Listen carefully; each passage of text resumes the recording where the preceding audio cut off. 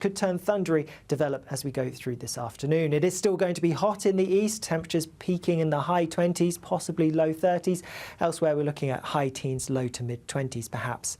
As we go through this evening, it is going to be a fairly wet end to the day across many parts of Scotland. Outbreaks of rain feeding in from the west and some blustery winds here too. Across Northern Ireland, most of the rain will have started to clear by the time we get to around 5 or 6 o'clock, so some clearer, brighter skies developing later on. Meanwhile, down the western side of England and Wales, a bit grey, a bit cloudy to end the day, and there will be a little bit of rain around, but a sunnier picture as we go through this evening further east. That band of rain, though, does gradually make its way southeastwards as we go through this evening, overnight, and into the earlier hours of tomorrow morning. So as we start to wake up tomorrow morning, it is going to be quite cloudy across many parts of England and Wales, a bit of rain around, but as a result, temperatures not dropping a huge amount, but clearer, fresher air across parts of Scotland means it could be a bit of a chilly start here. As we go through tomorrow itself, yes, a bit of cloud across England and Wales to start off with, and there will be some outbreaks of rain. Some of the rain could turn heavy, possibly even persistent, especially across southern, southeastern parts as we go through the afternoon. Across Scotland and Northern Ireland, watch out for some fairly frequent showers, but in between, some decent, bright, sunny weather around, and for many, a touch fresher than it has been recently. We're only looking at highs in the mid-20s Celsius. Into Sunday, and quite a cloudy picture towards northwestern parts, some rain pushing its way in. Elsewhere, mostly dry, bright at times. That warm feeling inside from Boxed Boilers, sponsors of weather on GB News.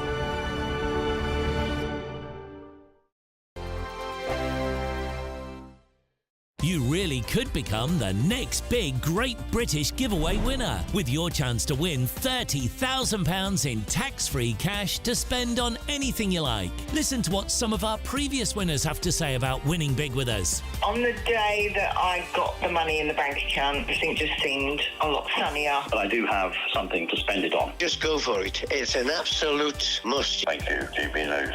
Amazing feeling to win. For another chance to win £30,000 in tax-free cash, text cash to 63232. Text costs £2 plus one standard network rate message. You can enter online at gbnews.com/win. Entries cost £2 or post your name and number to GB07 PO Box 8690 Derby DE1 9TT. UK only. Entrance must be 18 or over. Lines close at 5 p.m. on the 30th of August. Please check the closing time if listening or watching on demand. Good luck. Welcome to State of the Nation, daily plunge into the stories shaping our country. I'm Jacob Rees-Mogg, and Monday to Thursday we bring you the insights, the facts, the truth about how our country is being governed. Because what happens in Downing Street matters down your street. Tune in to State of the Nation every Monday to Thursday, 8 to 9 o'clock. Only on GB News, the People's Channel, Britain's news channel. Tune in to Friday Night Live with me, Mark Dolan. GB News royalty with your perfect start to the weekend. Lucky us. Feisty and fearless guests. Well, I'm a normal person, so ask me. Honest opinions that raises more questions than a Gary Barlow tax return. And a few surprises along the way. Might be cold in this studio. That is Friday Night Live with me, Mark Dolan. 8 to 9 only on GB News, the People's Channel, Britain's news channel. Are the newspapers getting you down? My wife didn't divorce me that month. Struggling to separate the wheat from the chaff? I know that it's a bit of a circus at the best of times. Well, don't worry. Headliners has got you covered. We'll take the burden of reading the day's news, and if we get depressed, who cares? It's an occupational hazard, frankly. That's Headliners on GB News from 11 p.m. till midnight, and the following morning, 5 till 6 a.m. on GB News, the comedy channel. Nah, just kidding. Britain's news channel. I'm Patrick Christie's. Every weeknight from 9, I bring you 2 hours of unmissable, explosive debate and headline-grabbing interviews. What impact has that had? We got death threats and the bomb threat and so on. As time passes, She could have said Stum. You made my argument for me. My guests and I tackle the issues that really matter with a sharp take on every story. Went everywhere. Something practical could be done. Or I can become something different. Patrick Christie's tonight from 9 p.m. only on GB News, Britain's news channel.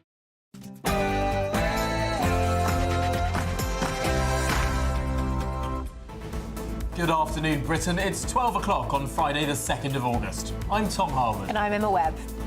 Starmer lays down the law. At a last-minute press conference yesterday, the Prime Minister talked tough on protests, calling those who took to the streets in the wake of Southport stabbings football hooligans. But is he blind to legitimate anger in this country? When is a royal tour not a royal tour? Ex-senior royals Harry and Meghan have announced a 4-day tour of Colombia later this summer, an interesting move in their latest bid for privacy. And surprise bookies' favourite Robert Jenrick is to launch his leadership campaign this afternoon, live from his Newark constituency. The former immigration minister and immigration hardliner is seen as a dark horse in the race to replace Rishi Sunak.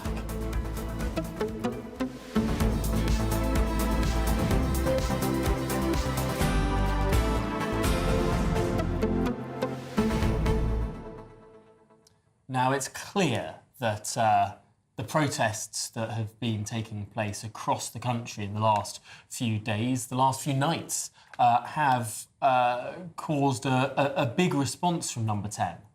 But the question we're asking today was, did it strike the right tone? Yeah, I think many people will be feeling that it's sort of overlooking the very legitimate anger that many people feel. They don't want to be called disparaged in some way or associated with the far right just because they're feeling angry about the murder of 3 children. And I think it might be Number 10 or particularly Keir Starmer's Marie Antoinette moment, telling the people to eat cake whilst holed up in Versailles. I think the reaction to his going and laying flowers and not responding to those who heckled him hasn't gone down particularly well across the country. It's a big question. Should he have... yes, of course, condemned the violence and the lawlessness that there was. But of course, not everyone out there was being violent. And there'll be many others thinking, I'm quite angry at the state of the country, at the state of sort of lawlessness, the number of stabbings we've seen, the number of attacks that we've seen. Should he have spoken to those people too? And I think some people will be asking, why this response now? It's very, very robust response. But why? I know, of course, we've only had the Labour government for a short period of time, but why did they not respond more robustly to the bus being set on fire in Leeds, for example? So we'll be asking all of those questions a little bit later in the show. Absolutely, but do get involved. Post your comments by visiting gbnews.com/your say. That's all to come after your headlines with Tatiana.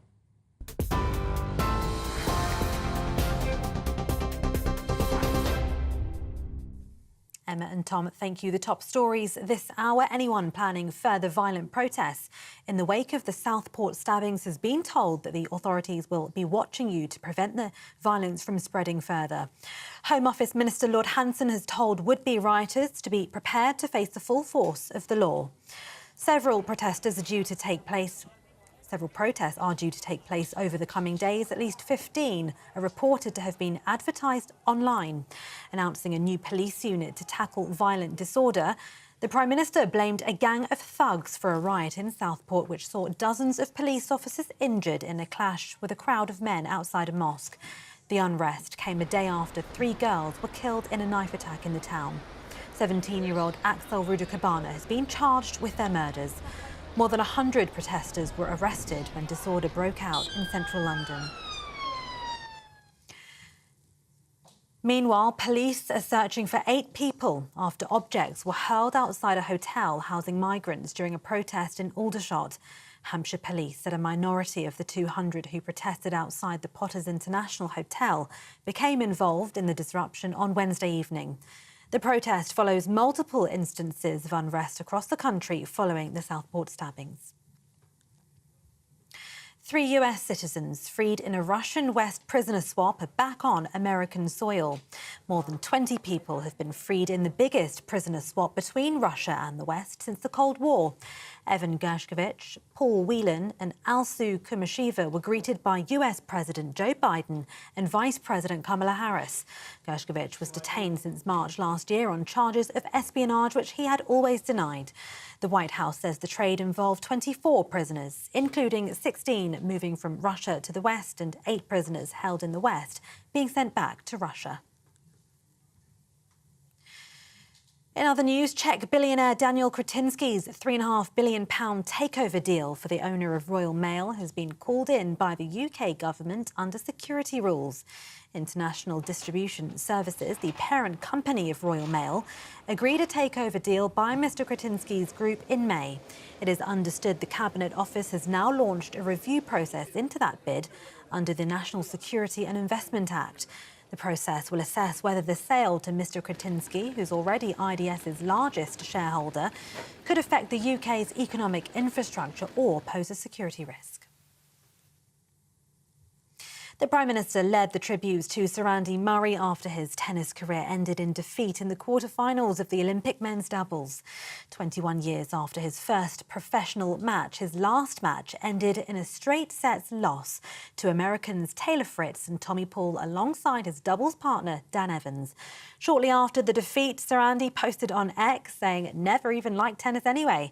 Sir Keir Starmer also posted on X saying, "Thanks, Andy, for 2 decades of phenomenal entertainment and sportsmanship. A true British great." Murray bows out from the sport as a double Olympic champion, 3-time Grand Slam winner and former world #1. Murray's thanked his fans for the support they've shown him over the years. Hi everyone, it's Andy. I just want to send a quick message to say a huge thank you for all of your support over the years.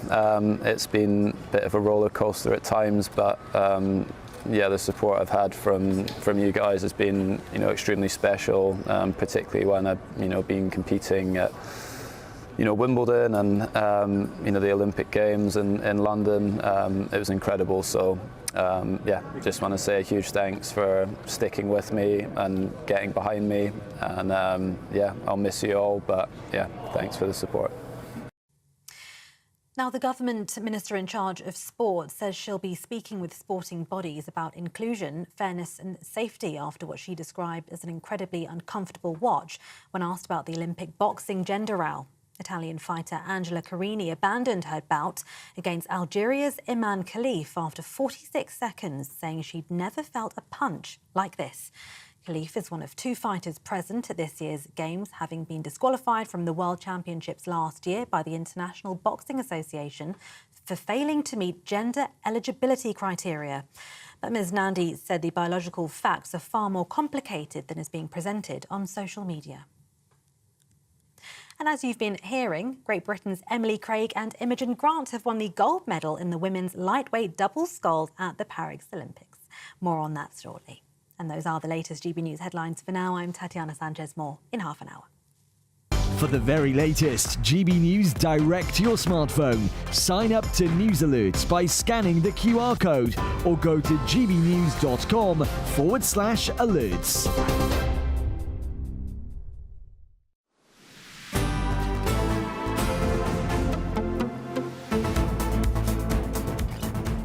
Good afternoon, Britain. It's 8 minutes past midday. Now, Sir Keir Starmer has announced a series of measures designed to help police combat the violent unrest that's spreading across the country following that murder of 3 girls in Southport earlier this week. The measures include the creation of a new violent disorder unit that will see greater intelligence sharing between police forces and the wider deployment of facial recognition technology. Well, this all comes as the Prime Minister also warned that so-called far-right thugs are planning a summer of riots and promised that they would face the full force of the law. Well, now we are joined by GB News Home and Security Editor Mark White. Mark. Good afternoon. No. Sorry, go ahead. I can just start if you want. Listen, it's clear that the government wants to try to get ahead of this, to try to prevent more in the way of violent disorder occurring in the days and weeks ahead. It's good that last night we didn't see protests or disorder in any communities across the country. However, we've got the weekend coming. There are a number of protests in various areas that are being advertised. So, there's clearly concern about the potential for those to become violent. And what about this Section 20 order? did they do a Section 20 after the Leeds riots, or is this something that is, you know, quite newly being applied to these protests in particular? You're talking about banning people from travelling? Sort of I think Section 20 is a sort of dispersal, isn't it, that you can't sort of go and protest in a particular area? OK, or the Section 60, which prevents... Section 60, yes. Yeah, prevents a sort of a protest from taking place in an area, from people from congregating, that the police can come in and use stop and search powers without actually having to give a reason. I mean, in terms of that, I'm not sure if there was a Section 60 or not in Hare Hills, but clearly going forward, I think a lot of the what has been announced by the Prime Minister in association with the National Police Chiefs Council is more powers for the police to more proactively look at those that might be travelling to cause trouble, to try to stop them doing that, to try and share more effectively the intelligence between different forces, and to put up this anti-violence unit. I mean, I'm not sure exactly what is going to be new in this, because as far as I'm aware, police forces have shared intelligence between forces very effectively for lots of years. They have a system in place called mutual aid, again, which works very effectively, where one force can send resources and reinforcements to another force very rapidly if they so require. So I'm not exactly sure what this new unit is going to bring to the party, if you like. Well, Mark White, thank you very much for bringing us that latest information. Let's go and get more reaction now from the former head of the National Counter-Terrorism Security Office, Chris Phillips. Chris, this is being treated clearly very seriously by the government. What sort of threat is there from groups that don't seem to actually be particularly organised?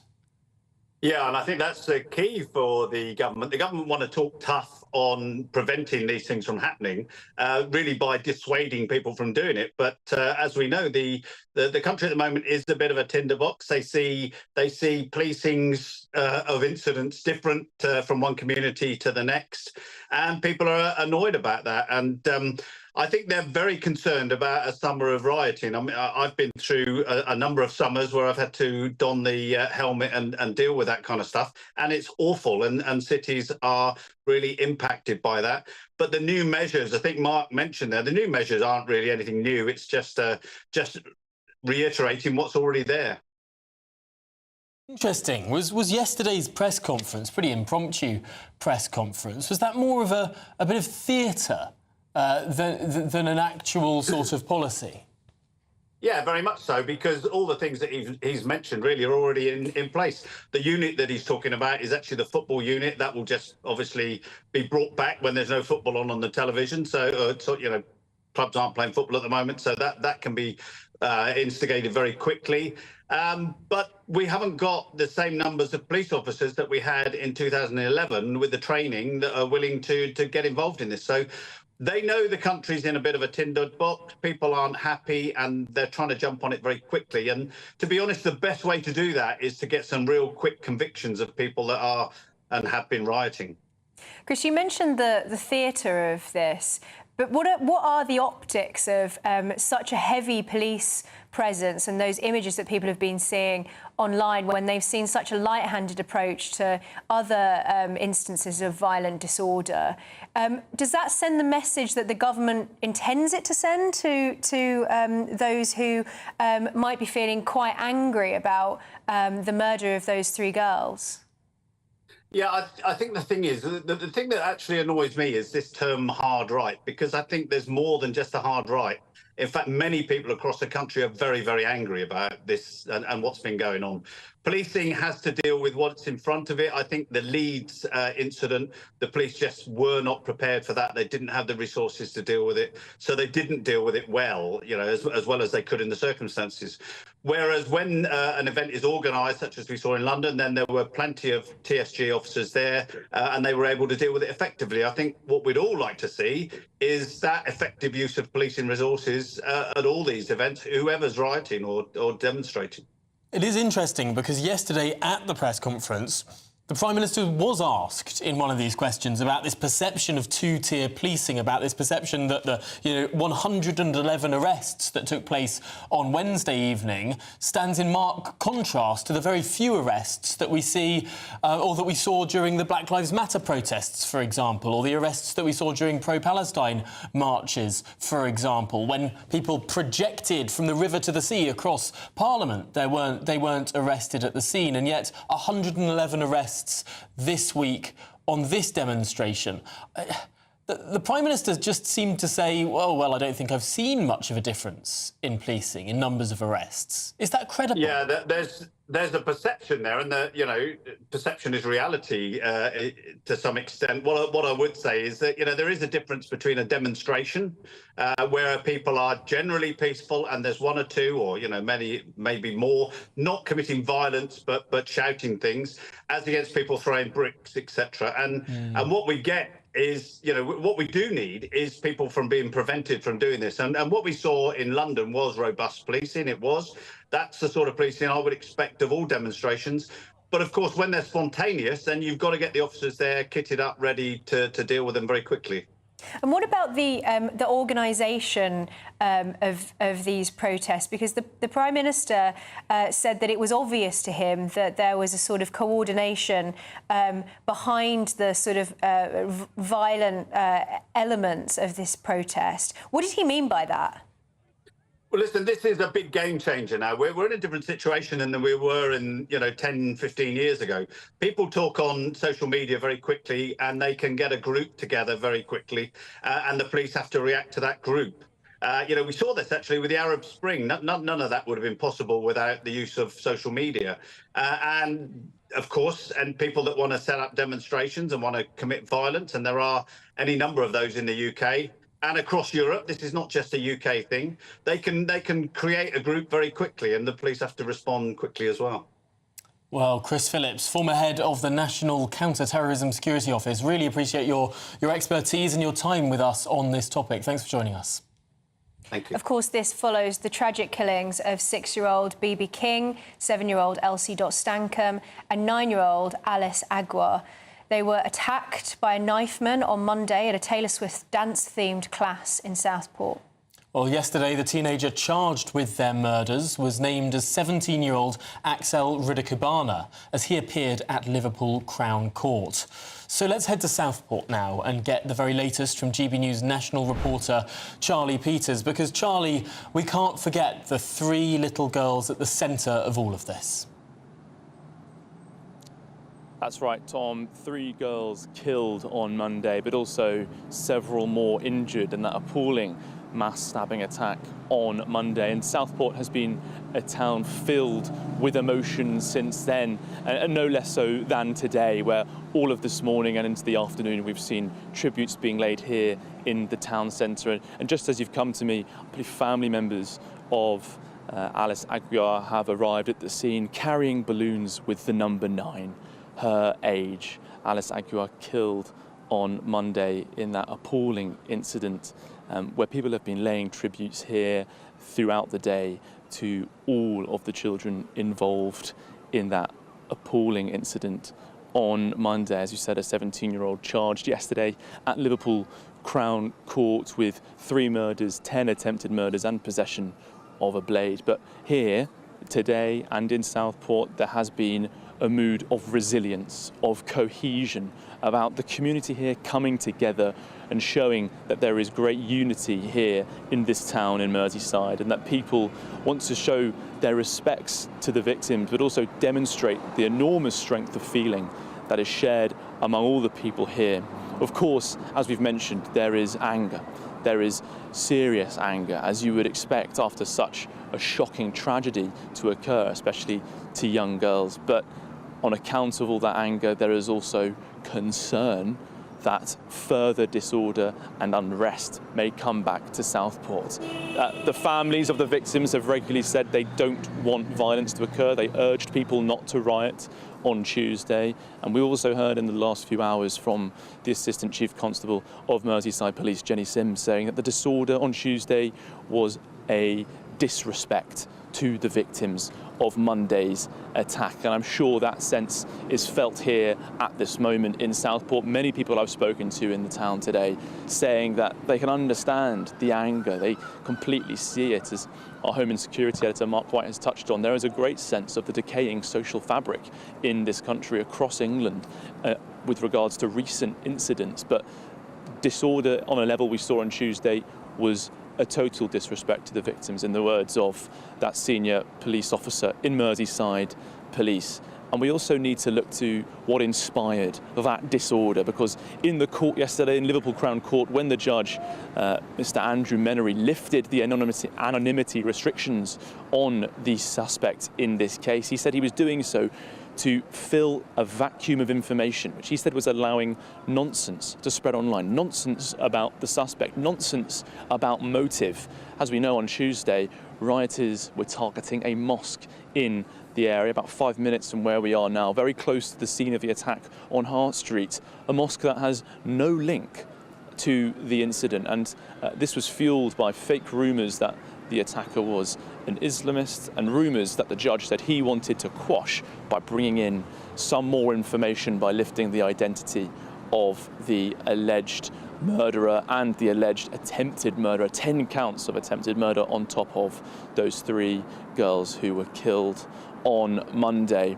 People here also want to fill a vacuum, not just of information, but of emotion, because they need to demonstrate the community cohesion. And crowds have been here throughout. It's not just about paying respects, it's about showing to each other that there is support for one another in this space.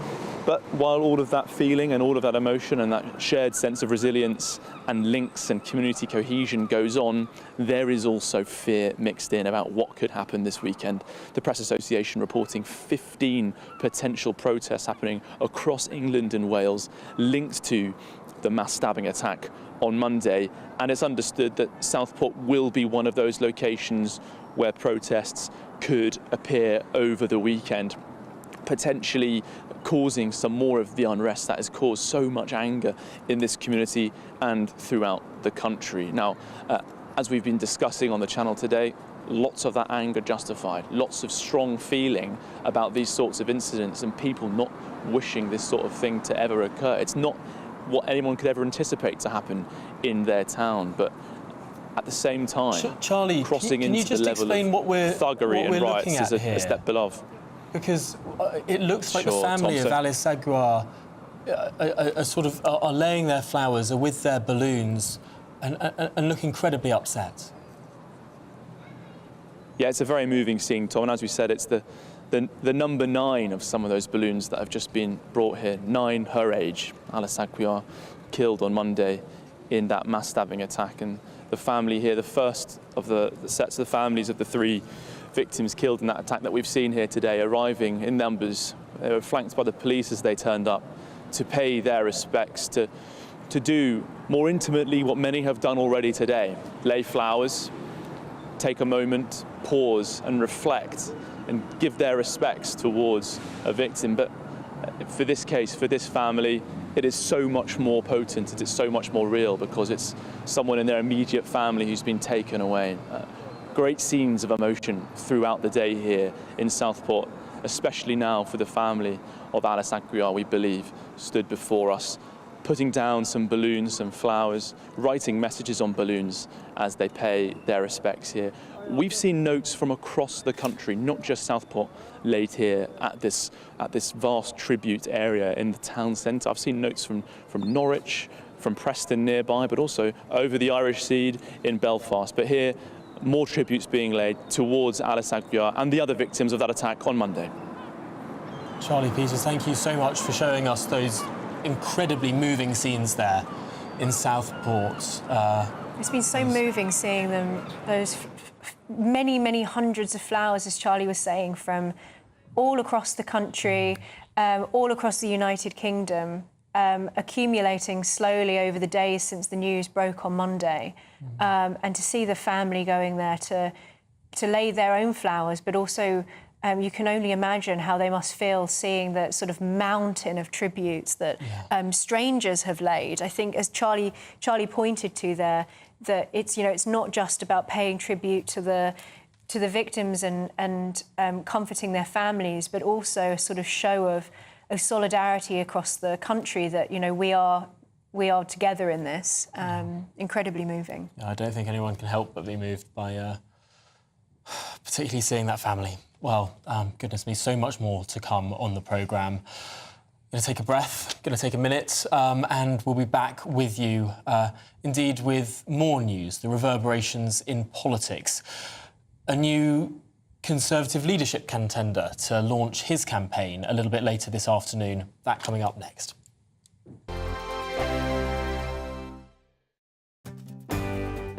I'm Michael Portillo. This is GB News, the People's Channel, Britain's news channel. This is GB News, Britain's news channel. You'll relate to this one. We've all been there, haven't we? Tensions high in the car as you head off on the latest adventure or holiday during the summer break.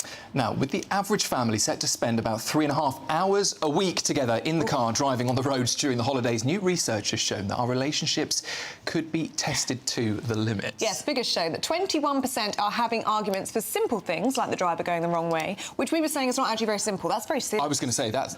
I'm surprised it's just 21%. Yeah. So if I was going the wrong way down the road, you'd know about you'd it. hear from me. A further 20% squabbling over how their partner drives, yes, and 25% admitting to being more prone to rowing when their kids are misbehaving. It's a lot to deal with, isn't it? Fair enough.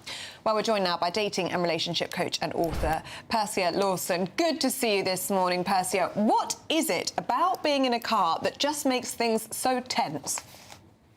Well, I think it's probably quite obvious, isn't it? It's the fact that we are in a confined space, we can't go anywhere, and it can just really create so much tension and stress, especially if you and your other half or a family member, whoever you're in the car with, are going through a little bit of a tricky time. And if it's really hot outside, that doesn't help either. So inevitably, it creates a lot of irritation and bickering, I would say, from my experience. And what is it about children? If you add children into the mix, it just makes things very, very difficult, doesn't it? Well, yeah, because there's a lot of, are we there yet? Yeah. Kicking the back seat and just squabbles, kicking the siblings. So adding children into the mix is just going to turn the heat up on that tension. GB News, the People's Channel. If you want your news to be straight talking... This is a nightmare for the Conservatives again. Down to earth. It's not just Nottingham where this is happening, is it? And most importantly, honest. Hard-working, middle-class taxpayers, they'll get their book thrown at them. Then catch me, Martin Daubney, Monday to Friday, 3 till 6 p.m. on GB News, Britain's news channel. I'm Christopher Hope. From pop stars to politicians, I'll interview anybody in a pub who's got a political opinion. Join me every Friday on Spotify, Apple Podcasts, YouTube or gbnews.com, or wherever you get your podcasts. This is GB News, the People's Channel. We're proud to be GB News, the People's Channel. And as you know, we always love to hear your views. Now, there's a new way of getting in touch with us at gbnews.com/your say. By commenting, you can be part of a live conversation and join our GB News community. You can even talk to me, Bev Turner, or any of the members of the GB News family.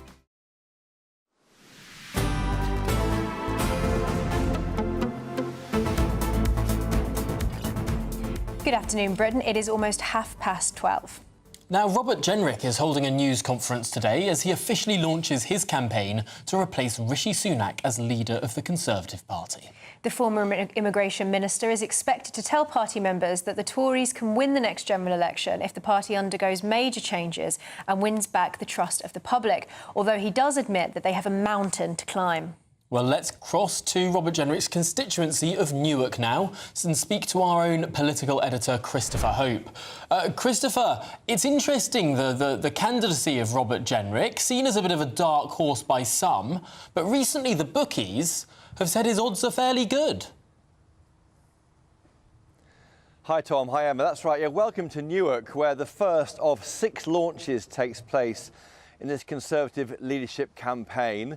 Those candidates, Kemi Badenoch, Dame Priti Patel, Mel Stride, Tom Tugendhat, James Cleverly, and today Robert Jenrick, and we're here for GB News in Mr Jenrick's Newark constituency. And you're right, yeah, he's seen as being the third most favourable according to a YouGov poll out today, behind James Cleverly and Tom Tugendhat. That was a poll of 2024 Tory voters. He said overnight that the party has a mountain to climb. Well, believe me, more than a mountain to climb. They're at base camp looking at Everest at the moment, this party, but there we are. He knows the challenge they've got. We've heard overnight from Suella Braverman on GB News' political podcast, Chopper's Politics podcast. She told me that the party's got to re-engage with those 4 million Reform UK voters and get them back on side. And the challenge, I think, for any of these candidates is what do they do? If they go into the middle ground, they risk being squeezed with the Lib Dems and Labour.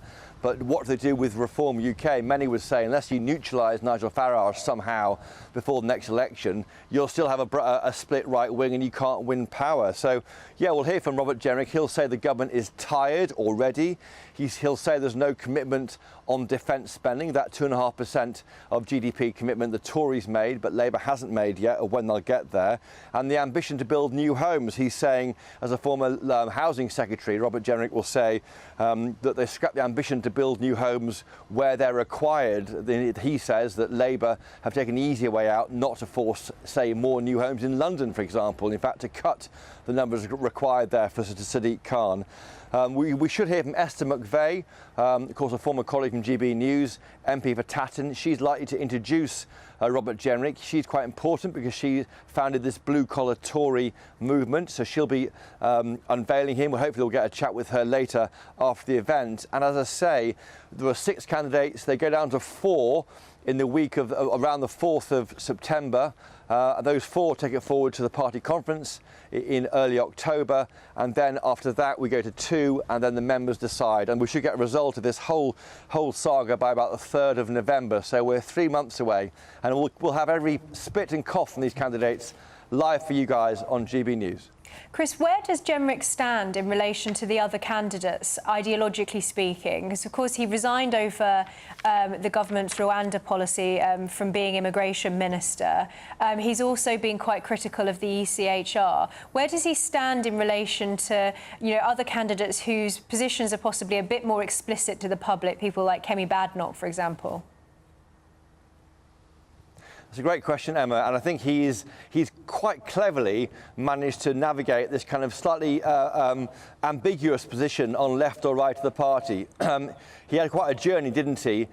He backed Boris Johnson. I don't think he was a leaver at the 2016 referendum, but he was an early supporter of Boris Johnson, and then he worked with Suella Braverman in the Home Office, and then let him resigned over the Rwanda plan. So he's had a kind of almost a Trussite journey towards the right of the party, but he is also slightly centrist on some areas. So we'll be asking questions, of course, about the ECHR, about net migration, about the issues of the violence in Southport and elsewhere we're seeing at the moment in the country in the press conference. So we'll see what I have to say about that. But we'll learn more on that, I think, over the next few weeks, Emma.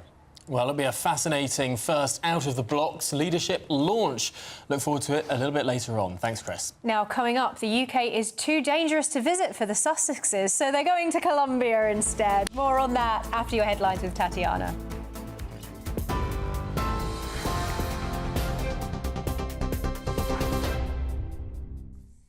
Emma, thank you and good afternoon. The top stories. Home Office Minister Lord Hanson has told would-be rioters to be prepared to face the full force of the law if they choose to return to the streets this weekend. Several protests are due to take place over the coming days. At least 15 are reported to have been advertised online. The Muslim Council of Britain says hundreds of mosques across the country will be strengthening their security this weekend. Last night, announcing a new police unit to tackle violent disorder.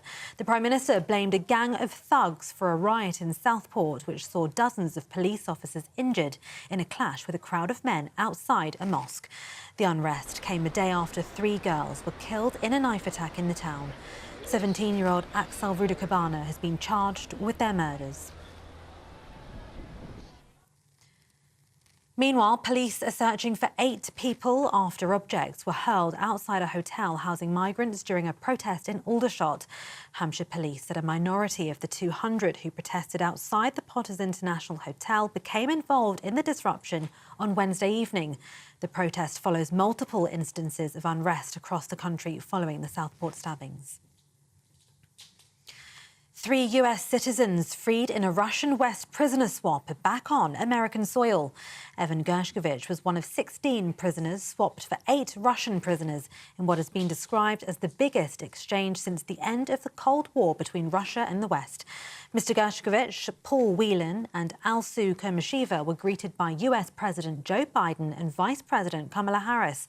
Gershkovich was detained since March last year on charges of espionage, which he'd always denied. And the Prime Minister led the tributes to Sir Andy Murray after his tennis career ended in defeat in the quarter-finals of the Olympic men's doubles. 21 years after his first professional match, his last match ended in a straight sets loss to Americans Taylor Fritz and Tommy Paul alongside his doubles partner Dan Evans. Shortly after the defeat, Sir Andy took to X, posting, "Never even liked tennis anyway." Sir Keir Starmer also posted on X, saying thanks Andy for 2 decades of phenomenal entertainment and sportsmanship. A true British great. Murray bows out from the sport as a double Olympic champion, 3-time Grand Slam winner and former world number 1. And those are the latest GB News headlines for now. I'm Tatiana Sanchez. More from me in half an hour. For the very latest GB News direct to your smartphone, sign up to News Alerts by scanning the QR code or go to gbnews.com/alerts.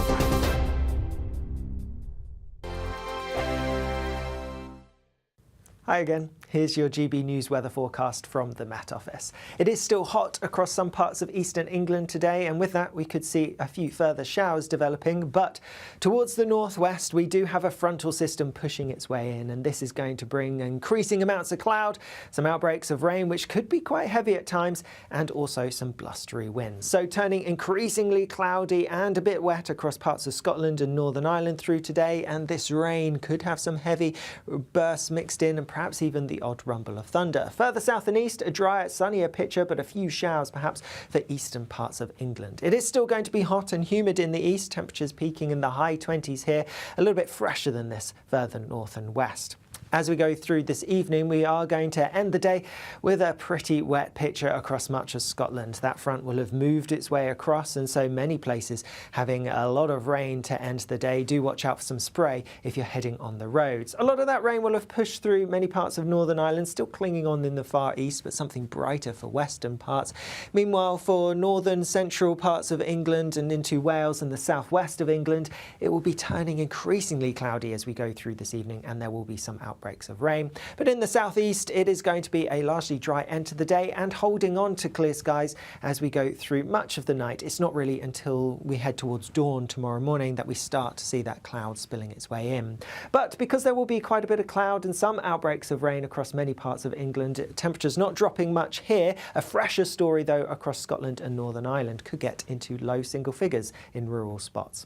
First thing tomorrow, do watch out for some wet weather across central, southern, southeastern parts of England. That front will be lying here, and there could be some waves along it, bringing some heavy pulses of rain, some uncertainty as to exactly where we're going to see the wet weather. Elsewhere, it's looking a bit drier and brighter, but some showers towards the northwest, and for all, a bit fresher. The latest GB News travel. Anti-clockwise on the M60, slow traffic to an earlier vehicle, fire at junction 12 for the Eccles interchange. Westbound on the M62 staying towards Greater Manchester, there's a lane closure and heavy traffic to a broken down vehicle from junction 20 through to Haywood at junction 19. As we head towards the clockwise side of the M25, the exit slip road to Reigate at junction 8 has a lane closure whilst a lorry has a tyre changed, though traffic is coping well. Slow for the southbound side of the M6 to an earlier broken down vehicle from 19 for Knutsford through to junction 18. And finally, as we head to Gloucestershire, the northbound side of the M5, again a lane closure on the entry slip road whilst a vehicle has a tyre changed. It's at junction 20 for the Almondsbury interchange. You can stay up to date throughout the day by visiting our website gbnews.com.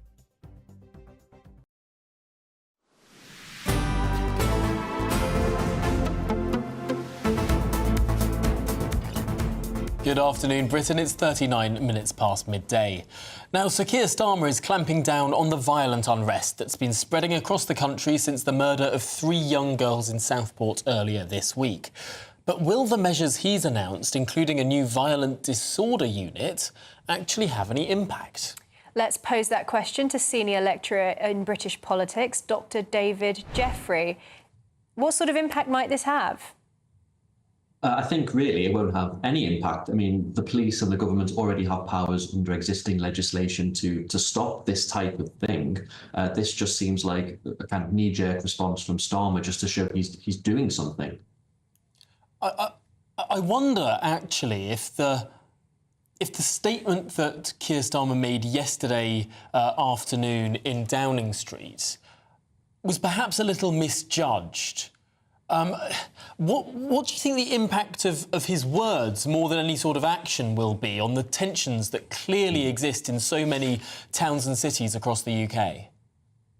Well, first of all, I mean, we should state the obvious. People should not be rioting. People should not be throwing things at the police. They shouldn't be throwing things at mosques, and they shouldn't be tearing down people's property, right? That should be a given. But it'll be very telling to very many people that Starmer chose to have this press conference after that riot in Southport, and yet took the knee after the violent BLM riots, was all for some of the violent Palestinian riots that closed down London for weeks, said very little after Her Hills, and so on. So we have a series of riots, and this is the one that he chooses to stand behind a podium for. And I think people will say, you're just not listening to a lot of concerns that we have. And the fact that a lot of people don't feel like their own families are safe in their own communities. Why is that? Why has he chosen to make an example of this protest, or to announce this new unit in response to this protest instead of, say, the Leeds protest? Of course, he wasn't actually in government during the Black Lives Matter protests, but he didn't take such a hardline stance against the more sort of disorderly aspects of that protest. No, you're right, he didn't. He took the knee instead with Angela Rayner in that kind of famous, infamous photo, depending on your perspective. I think the reason why he's responding to this now is because politically it's very easy for him to point to the EDL as a bogeyman, despite the fact that the EDL's been completely irrelevant for basically the last 10 or so years. But it's politically easy for him. And obviously, I mean, the scenes that we saw at Southport were awful and should face the full consequences of the law, but there have been lots of other incidents as well that should also face the full force of the law and haven't. And I think this is a politically easy way for him to look tough. Do we know how the government are defining the EDL when they make reference to it? Because, as you say, the EDL hasn't been, as you know, there have been times in the EDL's history where it's been more of a kind of a present movement. How are they understanding what they mean when they refer to the EDL? Well, I think they'll have a very difficult time doing that because there are so many splinter groups, and all these people organise over encrypted messaging apps like Telegram, and the government is going to have a very tough choice because it can either try to break apart that encryption, and people value privacy. All of our WhatsApp messages are encrypted, and we should value the protections that gives us, or they'll have to keep playing whack-a-mole, and it's going to be very difficult for the government. But I don't think they can just go, let's look at people who affiliate with the EDL, because it's not as if they have a public membership or anything like that. So they're going to have a very difficult time doing this. Now, of course, you're a lecturer in Liverpool. This all kicked off not far from your own doorstep. What's the mood in the Northwest and in Merseyside more generally? Well, I mean, people are obviously devastated. People are heartbroken over the loss of 3 children's lives, and it's completely unthinkable. And my thoughts and prayers go out to the families affected. It is, I think, important to say this is a small group of people who are not representative of Southport or of the community at large. But there's a sense of shock. It's not the first time that the Northwest has had something similar. So we had the riots in Knowsley over housing migrants in a hotel there, and that turned very violent as well. And I think it shows that actually these are areas, to go into the politics of it, Merseyside's a very safe Labour area. And I think Labour MPs need to do a little bit of soul searching to see how these types of things are happening in one of their fiefdoms, and maybe they're not as in tune with the communities that they represent as they actually think they might be. That's a really interesting point. Looking at the broader political implications of something like this, obviously Keir Starmer will be hoping that his sort of harsh words from Downing Street will put an end to it and there won't be any more riots. But if that isn't the case, and if there is more disorder that spreads across the country, this is a very tough opening few weeks for a new government. Yes, certainly. And these are difficult, knotty questions that, have no quick fix answer. People are very, very annoyed. And, we've had governments promising to reduce inward migration since 1997. The Labour manifesto said, they would process these things quickly and so on. And tens of thousands under the Conservatives. This is a problem that has been growing for years. Communities are not, there's tensions between communities, tensions within communities. Some stern words from behind a lectern in London is not going to make a blind bit of difference, especially if people who are rioting feel like they've got nothing to lose because nobody listens to them. Well, Dr. David Jeffrey, Senior Lecturer in British Politics at the University of Liverpool, really appreciate your time on this really quite crucial issue. Thanks it does make you wonder whether or not it might backfire, the government's response. But anyway, coming up, the International Olympic Committee is defending its decision to allow 2 boxers who failed a gender eligibility test to compete at Paris 2024. We're discussing that after this.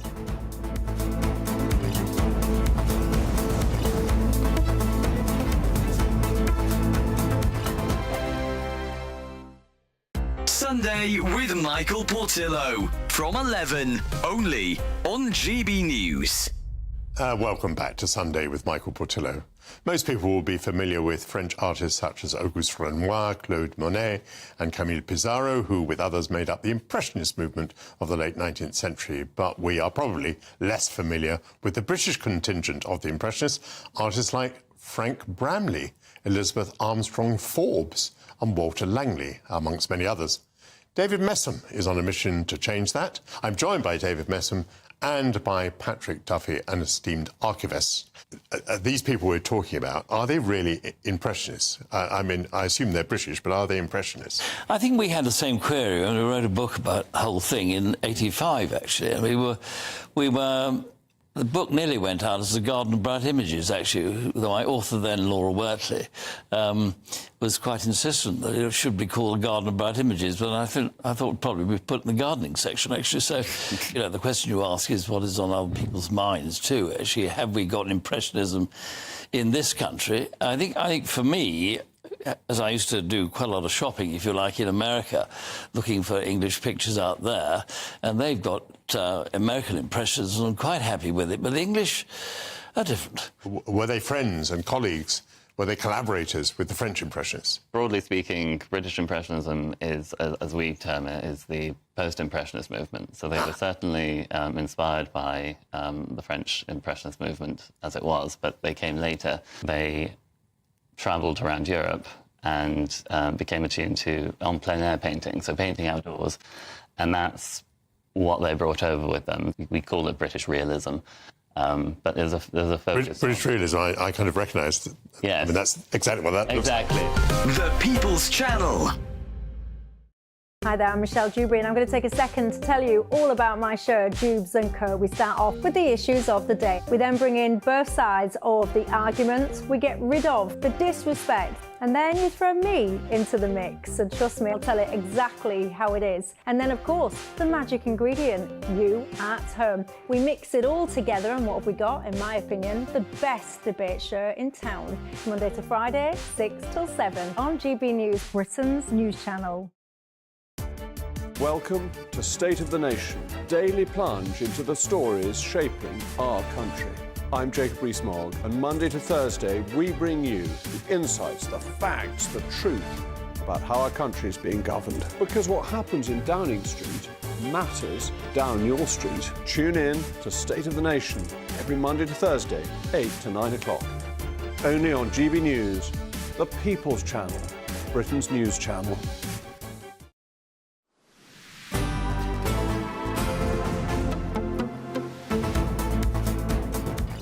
Good afternoon, Britain. It is 10 to 1.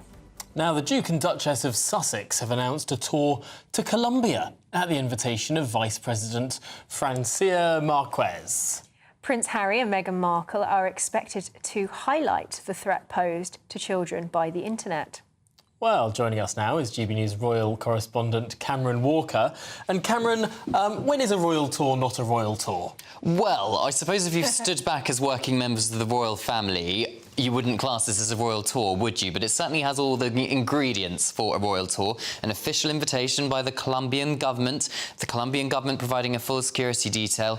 But that is where the problem perhaps lies for Prince Harry and Meghan, because although they are talking about quite worthy causes, online safety, ending violence against children, also not copying, but taking after the Duchess of Edinburgh, who actually visited on the request of the Foreign Office last year, Colombia, as a working member of the royal family, to do something similar. But Prince Harry only last week told a documentary that he refuses to bring his wife and children to the United Kingdom because he doesn't feel he can keep them safe here because of the downgraded security. But on both the UK and US governments advise citizens against travelling to certain parts of Colombia because it is too unsafe. Granted, Harry and Meghan not going to those parts, but it warns against, the Foreign Office warns against, and I quote, terrorists are very likely to try and carry out attacks in Colombia. Kidnapping rates remain high in Colombia. Illegal arms groups kidnap hostages both for ransom and political purposes. And that raises another question, doesn't it? Because they're focusing on things like online harms, but the threats against children in somewhere like Colombia are quite a lot more serious than what they might encounter on the internet. Absolutely, and I think that's why Harry and Meghan have chosen to go there, and perhaps clearly they're prepared to take the risk because they do want to highlight the plight of children in Colombia and South America. The Vice President, Francia Marquez, who's extended the invitation to them. She is the first Afro-Colombian Vice President of Colombia. She's a Minister for Equality and an environmental activist, so it's ticking all the boxes for Harry and Meghan, isn't it? But of course, they're no longer working members of the royal family, and a lot of people are asking the question, you know, security, is it safe enough for them? Are they effectively setting themselves up here as a kind of like a rival parallel royal household? They're going on these sorts of royal-esque tours and presenting themselves still as the Duke and Duchess of Sussex. So they really want to have their cake and eat it. But is that not in a way a sort of challenge to the royal family? I think it's certainly jarring for the royal family because Harry and Meghan also just did a big tour to Nigeria just a couple of months ago, which on the surface appeared to be quite a big success, although critics of them were saying you can't look as if you're working royals because you're not working royals anymore. But unfortunately for the working royal family, they've had a number of health problems this year with the King's cancer diagnosis, the Princess of Wales's cancer diagnosis. So there hasn't been a big foreign royal tour by the top four, King, Queen, William or Catherine. So Harry and Meghan have done two, or will be doing two in the space of a year. So it is really interesting seeing Harry and Meghan's strategy at the moment, stopping complaining about being working members of the royal family and instead kind of highlighting causes abroad, so it's interesting to see. It's interesting. I'm looking at the homicide rate in Colombia, which is 25.4 per 100,000. In the UK, I was trying to find a comparison, but we don't measure it per 100,000 in the UK. We measure it per million, and it's only 9.9. I mean, these are just not even comparable metrics, let alone numbers. It's a far more dangerous place. I don't quite understand how the Duke and Duchess of Sussex can be fearing for their safety in one of the safest countries in the world, and then willing to go on this big tour in one of the most dangerous. Well, I think another way to look at it is look at the Dunblane massacre in 1996. Unfortunately, 16 school children shot dead alongside their teacher. When that happened, handguns in the United Kingdom banned completely. According to the Foreign Office, Colombia has a huge problem with internal armed conflicts, and it has done for more than half a century. That's according to the Foreign Office. But again, Harry and Meghan clearly are prepared to take the risk with that. Now, I do understand they are going to have a full security detail with them at all times. Of course, it's an official invitation by the Colombian government, which suggests to me that they're going to have access to all the intelligence and the armed guards and all the rest of it, something which Prince Harry argues he does not have in the United Kingdom. But I suppose they're putting it to one side and just wanting to focus on the charity work and supporting children in crisis. Very, very quickly, will they be being paid for this tour? They won't be being paid, as far as we understand. They're just highlighting charitable causes. Well, Cameron Walker, thank you very much for taking us through the particulars of what is very much definitely not a royal tour, but a tour of two private individuals who happen to be formally associated, formerly known as senior royals. Goodness me.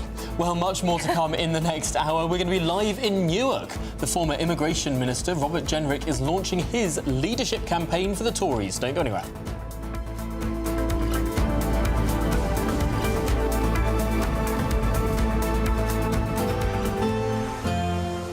A brighter outlook with Box Solar, sponsors of weather on GB News. Hello again, here's your latest GB News weather forecast from the Met Office.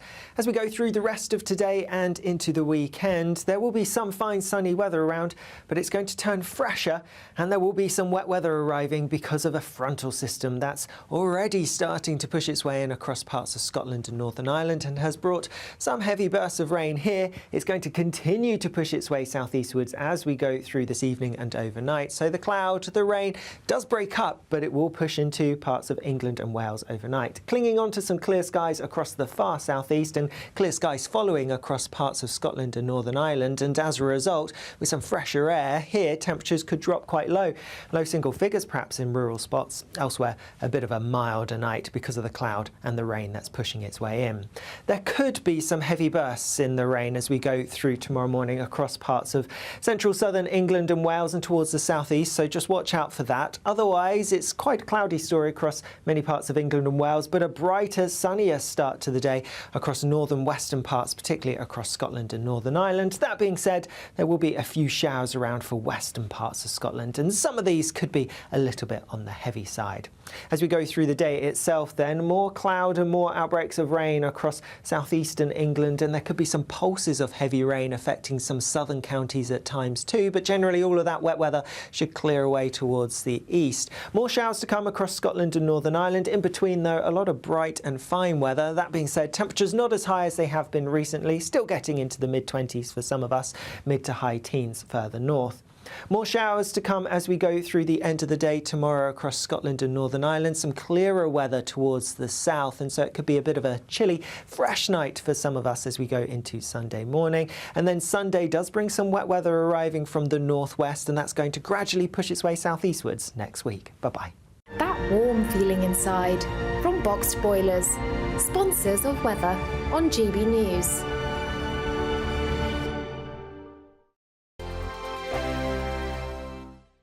Celebrate a spectacular summer with your chance to win an incredible £30,000 in tax-free cash in our Great British Giveaway. It's the biggest prize of the year so far, and it's totally tax-free. What would you spend that on? Luxury holidays, a new car, or just put it away for a rainy day? Whatever you do with £30,000 in tax-free cash, make sure you don't miss out on a chance to make it yours. For another chance to win £30,000 in tax-free cash, text cash to 63232. Text costs £2 plus one standard network rate message. You can enter online at gbnews.com/win. Entries cost £2, or post your name and number to GB07 PO Box 8690 Derby DE1 9TT. UK only. Entrance must be 18 or over. Lines close at 5 p.m. on the 30th of August. Please check the closing time if listening or watching on demand. Good luck. GB News Breakfast. Every day from 6 a.m. Meghan Markle is threatening to support Kamala Harris, and I reckon that would be the kiss of death for her bid as a president. Well, look, Meghan has a relationship, a friendly relationship with Kamala Harris. I firmly believe that Meghan Markle will endorse Kamala Harris for president. This story is circulating because Newsweek actually took a poll asking how many people would be influenced by a potential endorsement from the Duke and Duchess of Sussex. 40% said they would be influenced. 21% said they would vote for someone Harry and Meghan has suggested. And then when 20 said that they would not vote for who Harry and Meghan suggested. I think that Meghan wants to be involved. Meghan wants to be included. This is potentially a very historic election. We really saw Meghan involved, including with Kamala Harris, some voter campaigns in 2020. And I think this is a great way for Meghan Markle to get her foot in the door. Her father, Thomas Markle, has said that she's always had political aspirations. And what better way than to be somehow involved, inserting your name in the headline with a presidential campaign like this? Do you get the vibes, do you get the sense that she is a political animal? I don't feel like she has tough enough skin, but I do believe that this is important to her. During that speech for the UN, she talked about writing First Lady Hillary Clinton. We saw her in 2020 work with Stacey Abrams, Hillary Clinton, Kamala Harris, and Michelle Obama to do campaigns for women voting, getting women to the polls. GB News, the People's Channel.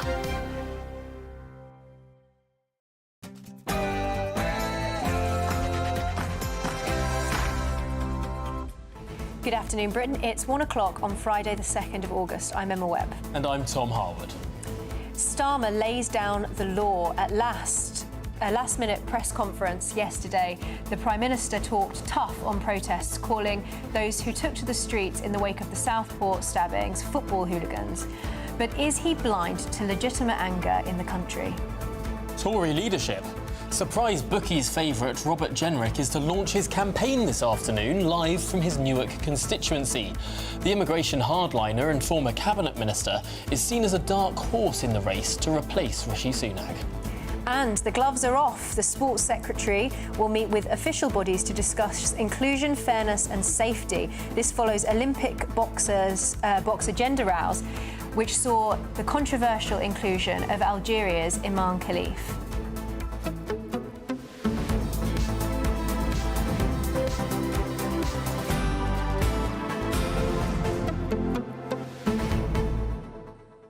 Now, of course, throughout the programme, we would like your views, we'd like your thoughts, we'd like your opinions. And you can contribute them at gbnews.com/your say. Do you think that Keir Starmer struck the right tone yesterday? Or should he have perhaps had a message to people that feel angry? And how people that have thought about going on the street? Yeah, how are you feeling at home about his press conference, about the new announcements to get tough on violent disorder? And of course, there's also the story that hasn't gone away this week, which is the boxing in the Olympics. Yes. It wasn't just a flash in the pan, that story. It's come up every single day this week. So what do you think at home? Should people who are biologically male be able to compete against biological females in the Olympic boxing? And in this case, is the individual concerned a biological male if they were born with female anatomy? It's a really difficult question. Is it about the chromosomes? Although there is now another disagreement about what chromosomes they might have and what counts as transgender or intersex. It's all become a bit confusing. It's all very confusing. We'll try and clear it up for you. That's after your headlines with Tatiana.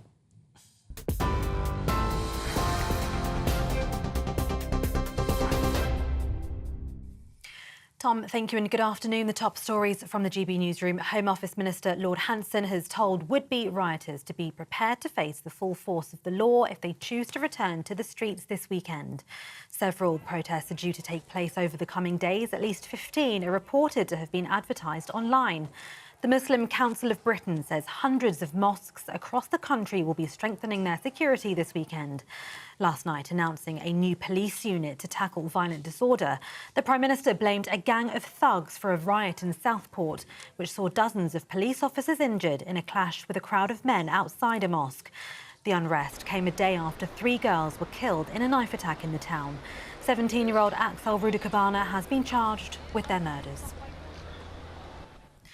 Meanwhile, police say they've identified a woman who was one of 8 people being sought after protesters threw objects at a demonstration outside a hotel housing migrants in Aldershot, which left 1 police officer injured. Hampshire Police said a minority of the 200 who protested outside the Potters International Hotel became involved in the disruption on Wednesday evening. The protest follows multiple instances of unrest across the country following the Southport stabbings. 3 US citizens freed in a Russian West prisoner swap are back on American soil. Evan Gershkovich was one of 16 prisoners swapped for 8 Russian prisoners in what has been described as the biggest exchange since the end of the Cold War between Russia and the West.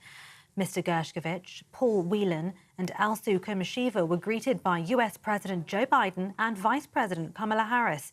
Gershkovich was detained since March last year on charges of espionage, which he'd always denied. Czech billionaire Daniel Kretinsky's £3.5 billion takeover deal for the owner of Royal Mail has been called in by the UK government under security rules. International Distribution Services, the parent company of Royal Mail, agreed a takeover deal by Mr Kretinsky's group in May. It is understood the Cabinet Office has now launched a review process into that bid under the new National Security and Investment Act. The process will assess whether the sale to Mr Kretinsky, who's already IDS's largest shareholder, could affect the UK's economic infrastructure or pose a security risk.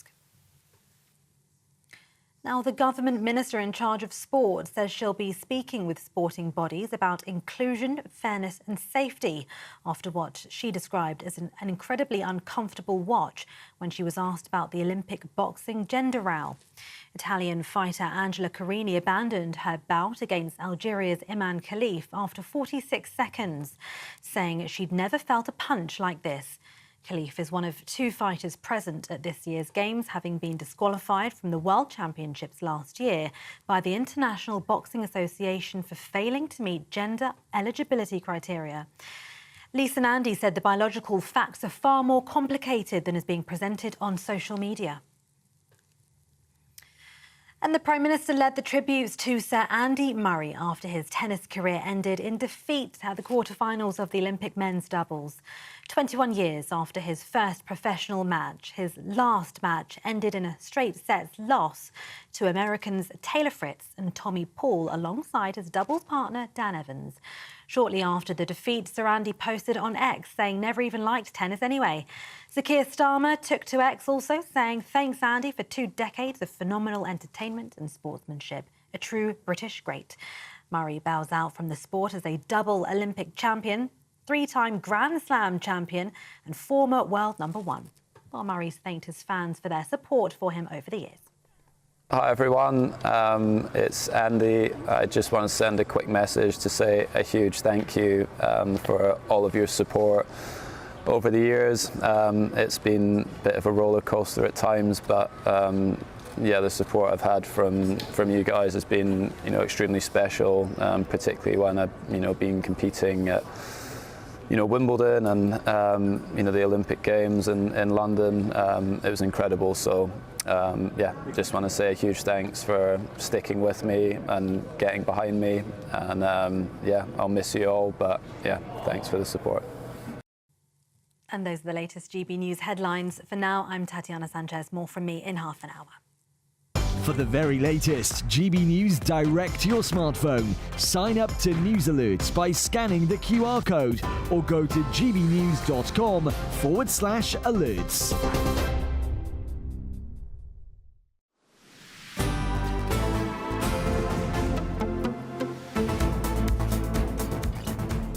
Good afternoon, Britain. It is 7 minutes past 1. Now, Sir Keir Starmer has announced a series of measures designed to help police combat the violent unrest that's spreading across the country, all following the murder of 3 girls in Southport earlier this week. The measures include the creation of a new violent disorder unit that will see greater intelligence sharing between police forces and the wider deployment of facial recognition technology. Well, it comes as the Prime Minister also warned that so-called far-right thugs are planning a summer of riots and promised they would face the full force of the law. Now let's discuss this with GB News Home and Security Editor Mark White. So, Mark, what can we expect this weekend in terms of further disorder? What are the concerns? Well, there are, it seems, a number of planned protests this weekend right across the country, different areas. I'm looking here, Bristol, Sunderland, Belfast, Middlesbrough, Birmingham, Newcastle. Could go on, but dozens of potential protests. Now, some might not be attended, some might only be attended by a handful of people, but other protests could have a significant number of people that attend. And then, of course, if you're the police, they're always concerned that there may be elements within these protests that are looking at actually causing trouble and violence. Who's behind them? Are they all organised by the same people, or are these spontaneously springing up? Well, it doesn't appear to be. We don't know who the organisers are, whether different organisers for different areas. Broadly speaking, is under a banner of Enough is Enough, which is really looking at issues around what they see as disintegration of the social fabric within communities, concerns about mass migration and asylum seekers being housed in hotels, and all of that kind of issue that is feeding into a great deal of concern in communities right across the country. It's all being sort of fed into one, sort of many different grievances, but being expressed perhaps at this flashpoint. Exactly right. Are these protests that are being sort of registered with the police, you know, we would like permission to do this, that and that, or is it just people saying, we're all going to turn up here? Because obviously if it's the latter, that presents a much larger law and order problem. Yeah, the police are saying they're aware of intelligence around protests, but they're not actually saying... Now, I'm not saying that there aren't some that may have registered their intention to protest, but I think most of them are just social media postings calling for people to attend a protest at a location. That makes it more difficult for the police. They want to know that there's an organiser out there that they can liaise with, that if there's conditions that they want to lay down, they can do that.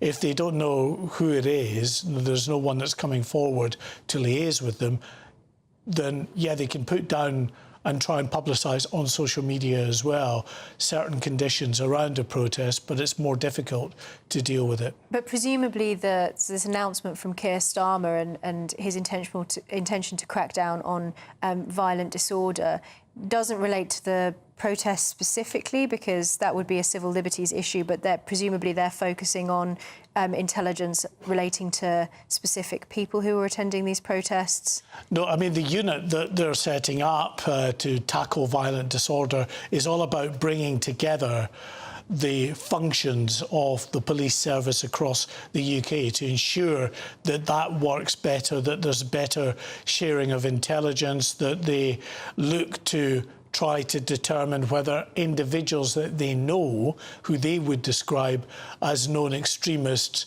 are not planning to organise and travel to certain areas to organise protests that might be you know, that might end in disorder, might be planned disorder beforehand. So potentially all of these events they are going to be looking at, of course, with the potential for there to be elements that they know about attending. And there's also talk, isn't there, of the use of facial recognition technology. Not clear if that's something new that they're planning to do there that they don't already do.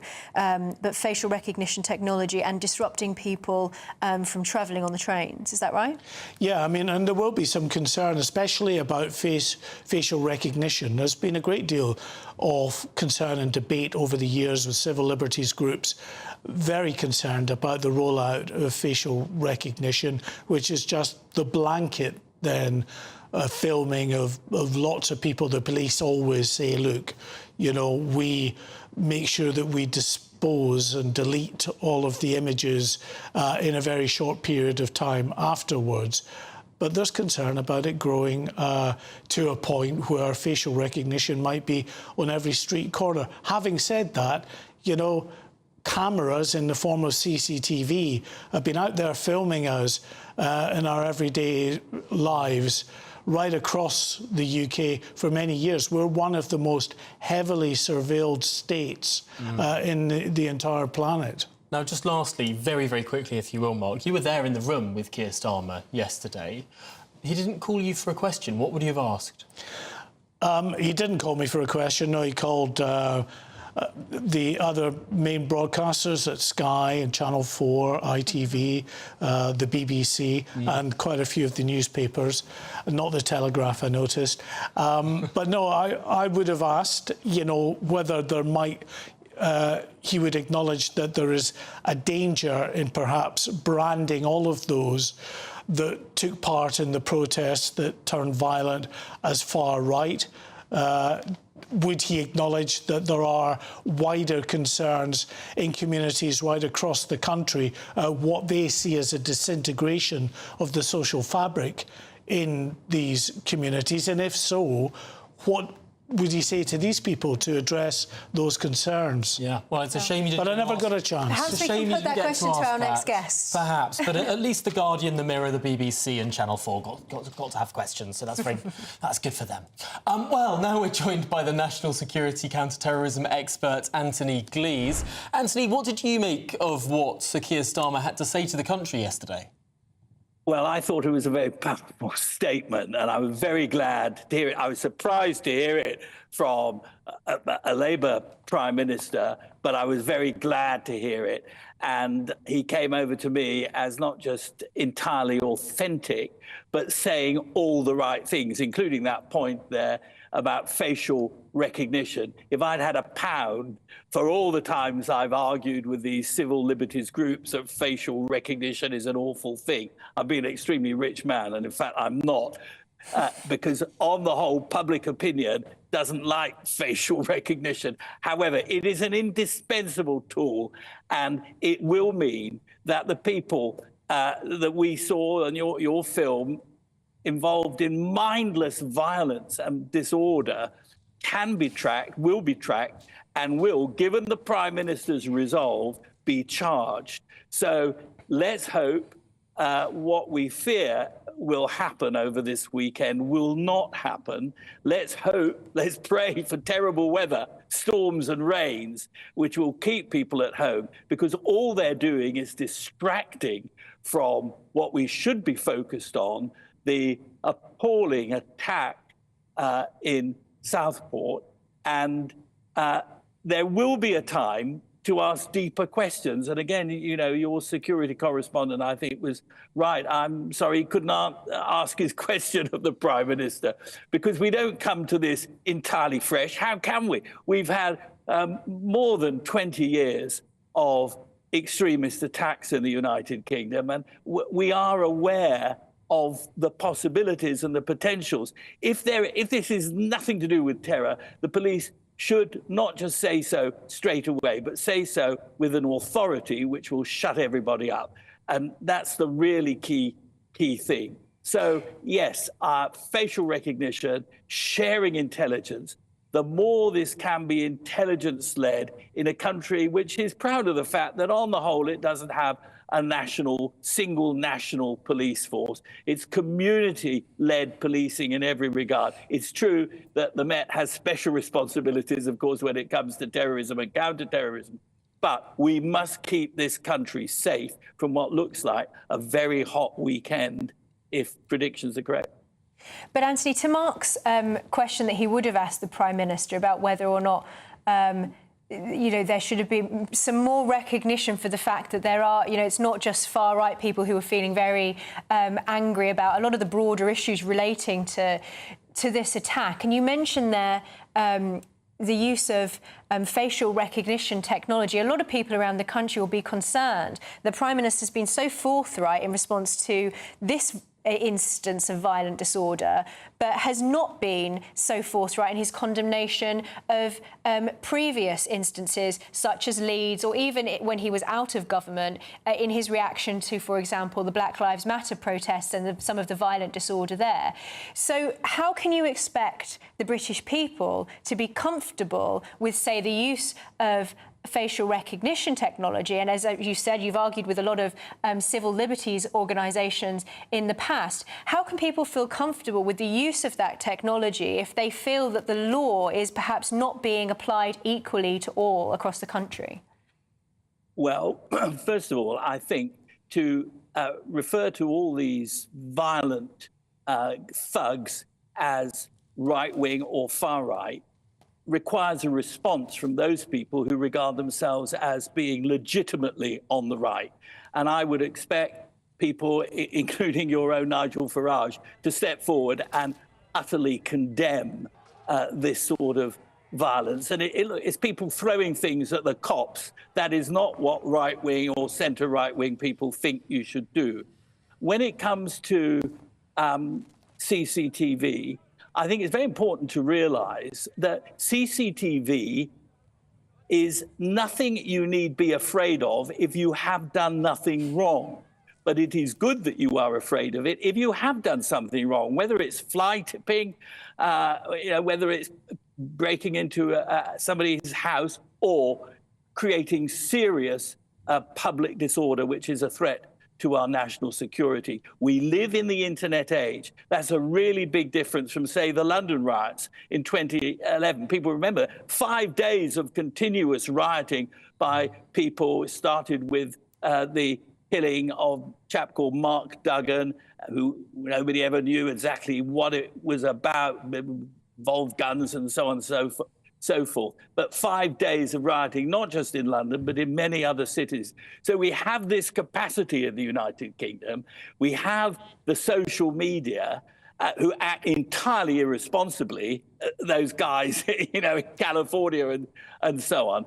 And therefore, we have to use what we have against them. But at the end of the day, there is, as I say, a legitimate discussion to be had. We cannot prejudice. Again, I think the Prime Minister is obviously absolutely right about that. We commentators have to be mindful that what's next needed is a fair trial, and that needs to take its course. Justice needs to take its course. The families deserve no less. But beyond that, there is a debate to be had, and discussions about communities. I've been struck, I don't know Southport at all, but I've been struck how the community came together to rebuild the mosque. I didn't have the feeling that it was the mosque that was the problem in Southport. There were other problems, but I don't think it was the mosque or the presence of Muslims. So let those who claim to lead the right in British politics speak loudly and clearly for law and order and against disorder and unlawfulness. And that, I think, would help clarify matters when it comes to who the Prime Minister decides is or is not responsible. Because he did say that people... Yeah, fine. Yeah, we're gonna have to leave it there. But Anthony Glees, national security and counter-terrorism expert, really appreciate your time and your thoughts this afternoon. Thanks for joining us. Now, coming up, Sports Secretary Lisa Nandy will meet with official bodies to discuss inclusion, fairness and safety following the Olympics boxing row. The gloves will be off here as we host a fiery debate.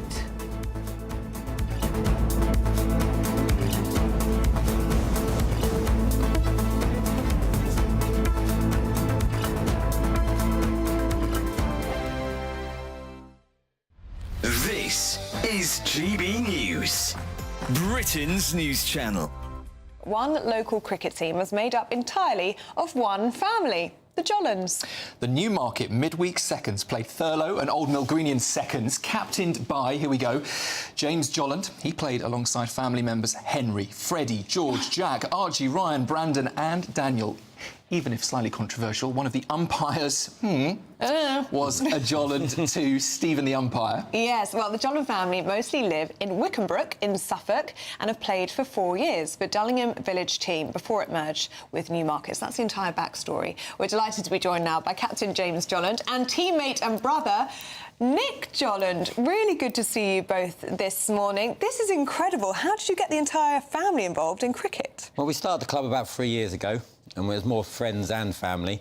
But then it had this opportunity of this week to get everyone involved, because everyone was back and they all played cricket, various levels, and the youngest being 12, George, and we're all available. So we thought 1 week we'd do the whole team. You booted the friends out for 1 week only? Yeah, they were very good about it. They come and watched. They supported us. How did the other team feel about having an umpire with related ties? Well, the captain of the Thurlow is one of our friends. We do know him, so he was fine with it, and there was no controversial decisions at all. I think it's a fantastic strategy. No, yeah. You could plant somebody. That's the way in a position of authority. It's a great idea. Oh, look, here's the scorecard we can see on the screen with all of your names on there. Some fantastic English names on there. How does it get between the family members? Is it very, very competitive between you all? As you get older, you work on that, don't you? And you keep that competitiveness out of it. And it's really to play with your sons. It's a great thing to do. Yeah, it's a lovely We've thing all to got do. sons in it. That's why we do it. GB News, the People's Channel. Join me, Nana Akwe, for an informative, interactive news programme with a difference. It's fun. It's true. You're not wrong. No one will be cancelled. Lovely. Join me from 3 p.m. every weekend, only on GB News, Britain's news channel. If you want your news to be straight talking... This is a nightmare for the Conservatives again. Down to earth. It's not just Nottingham where this is happening, is it? And most importantly, honest. Hard-working, middle-class taxpayers, they'll get their book thrown at them. Then catch me, Martin Daubney, Monday to Friday, 3 till 6 p.m. on GB News, Britain's news channel. Join me, Neil Oliver, every Sunday night at 6 p.m. on GB News. And if an hour is not nearly enough for you, go to gbnews.com for special extended episodes online every Friday at 9 p.m, where we can truly get into the nitty-gritty of what's going on. GB News, Britain's news channel.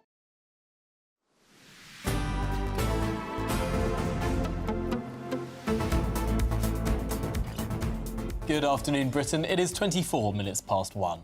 A fresh row has erupted over the issue of fairness in women's sports after a female Italian boxer was forced to fight an opponent with male chromosomes who was once disqualified for failing a gender test.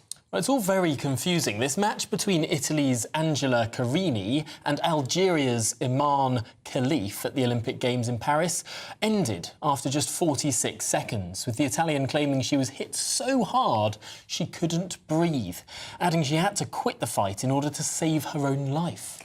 Harry Potter author J.K. Rowling was amongst those to express her anger at the fight going ahead, branding Olympic bosses disgraceful and calling Iman Khalif a bullying cheat. Well, to debate this contentious issue, we're joined by LGBT liberation campaigner Peter Tatchell and gender-critical policy researcher Lottie Moore. Lottie, we're going to start with you because it's a very difficult issue, this, right? As far as we know, the boxer with male chromosomes was born with female genitalia. Yeah, I mean, it's actually quite simple. You know, sex in humans is binary and immutable because we are mammals. And there is a minority of people who have disorders of sexual development, and that can affect a person's reproductive organs. But these people are male or female. And yesterday, what we witnessed was basically just glorified male violence against women and girls. The difference is, I mean, that happens every day all over the world. And the difference is that in every other circumstance, we consider beating up women to be wrong. But it was deemed acceptable by those at the IOC because they're claiming that it's sport, but it's not. It's violence and it's wrong.